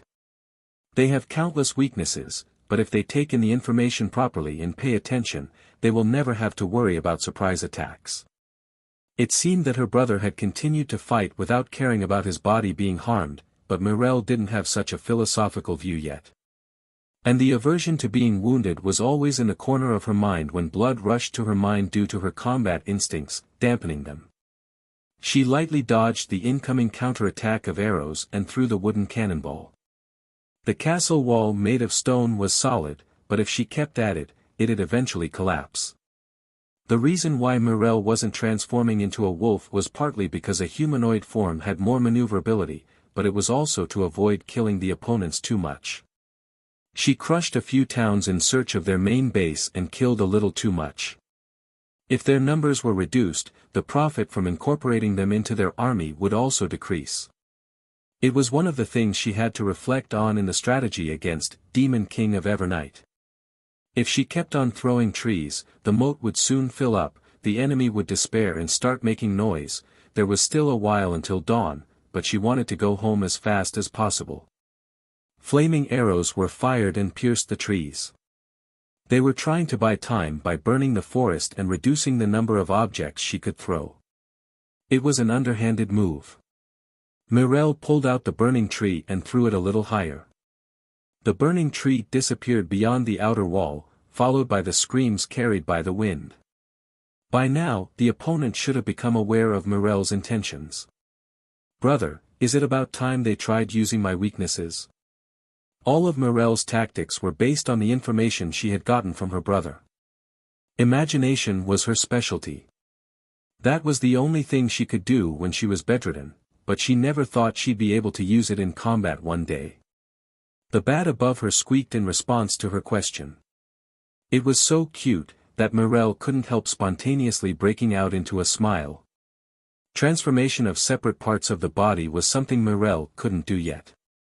There was a rank difference between Mirelle and her brother, and there was also her lack of experience. It might have been good to borrow a single bat after she defeated the Demon King of Evernight. Since she would only be borrowing a separate part of his body, her brother's main body would weaken, but even Mirelle was able to attack the fortress just by herself. Her brother wouldn't have any problems. Just as she was thinking that, a powerful flow of mana suddenly passed through her field of vision. The world that seemed like daylight was enveloped in darkness all at once, as if a curtain had descended. She didn't lose consciousness. She still had limbs and she could feel the wind caressing her cheeks. In other words, this was the reason why the Demon King of Evernight is called so. Ordinary magic didn't work on vampires. In other words, this was something that affected the surrounding environment itself rather than Mirelle. They saw that the situation was becoming worse and made their move. The outside world being dark even though she had her eyes open, was a sensation from when she was alive, and it somehow felt fresh. The hearing of Mirelle, who had regained her spirits, caught the sound of the wind and footsteps. "I see, so they can see their own troops." It was a spell she had never heard of, but magic was always something that was greatly influenced by one's own qualities. Mirelle was looking down on him a bit, but he was a terrifying king. If she were a human, there would be nothing she could do. If she were a human, that is. She evaded the arrows flying at her with high speed only by using her ears and the signs of the wind. Even if her vision was blocked, it was easy to find the location of the enemy with her vampire five senses. Of course, she also had the confidence to engage in a close-distance fight while unable to see. Mirelle Noah, was the first vampire of the king of the Palace of Darkness. She didn't intend to tarnish the name of that king. She sharpened her senses more than usual and sensed the location of the assailants. There were almost no footsteps. They were probably dark elves. But there was no problem. Morel's hearing wouldn't miss even the sound of the needle dropping. Dark elves surrounded Morel. Sound. Odor. Skin sensation. The moment she tried using everything to sense their movements, Morel sneezed with all her might. That should have been impossible. Vampires didn't sneeze. She sneezed again right in front of the dark elves that attacked her almost at the same time. She couldn't endure it. She suddenly felt something lukewarm on her cheeks and touched it. It was water. No, it was tears. Morel was crying at the moment. Furthermore, like a waterfall too. Morel just barely evaded the sword that was swung down on her, despite being highly confused. However, a tingling pain ran through her skin which hadn't even been grazed. And, Morel realized everything. This phenomenon was garlic odor. You are the enemy of my brethren, vampire. She ducked to evade the invisible yet sharp slash. Something flew from the sword and stuck to her skin, causing intense pain. Her brain was dizzy with a strange fever that differed from her fighting spirit. Her eyes hurt. For the first time, Morel turned to evading with no regard to appearances. The sword was not made from silver. To begin with, such precious items like silver swords hardly existed in the countryside like this anymore. It wasn't a fatal wound. But, these people, had coated their swords with garlic juice. She was completely taken by surprise. She had thought that the enemy would only use silver or the flowing water. To think that it would be garlic of all things. She remembered something that her brother had said before with a serious expression. Morel, all of our enemies will take advantage of our weaknesses. Be careful during combat. They did some unbelievable things to me, like using a cruciform sword. If you're unlucky, they might even use garlic cut in the shape of a cross as a sword. At that time, Morel had thought that it was a joke and chuckled, but it wasn't a joke. These men didn't have a shred of a swordsman's pride. She could understand a silver sword or silver arrows. But to put garlic on them? Vampires had many weaknesses, but even if they were all considered to be weaknesses, there was a difference in so-called significance between them. Garlic was undeniably one of the weaknesses of vampires, but it was not fatal weakness. Even if she was cut with a sword that was coated with garlic juice, it would only cause her severe pain, but it wouldn't stop her from regenerating or kill her. It was different in nature from silver. But even so, this was the worst attack. It was harassment. She evaded the attack while desperately trying to breathe through her tears and runny nose. She couldn't concentrate due to the itchiness and pain that was assaulting her. She couldn't muster up strength. While her mind was a mess from her first experience, she instinctively sensed just the signs of the silver arrows flying at her and evaded them. It's working, it's really working. Keep attacking. She felt like replacing her whole head. She felt like washing all of her insides with water. What had she even done wrong? At that time, Morel understood for the first time why her brother had said that being a vampire wasn't easy either. She wished they fought her fair and square. Something with a terrible pungent odor fell from above. She sensed its shape from the sound and the air. It was garlic tied with strings. This was too cruel. As if encouraged, dark elves swung their pungent-smelling weapons at Morel, who rolled around while sneezing. Sullivan, sadly, we've caught up to the Ross at this point. No news from the author in years. Even the LN only has one volume out, so I guess this novel ends here. Thank you so much for your support so far. Please remember to unsub from this Patreon.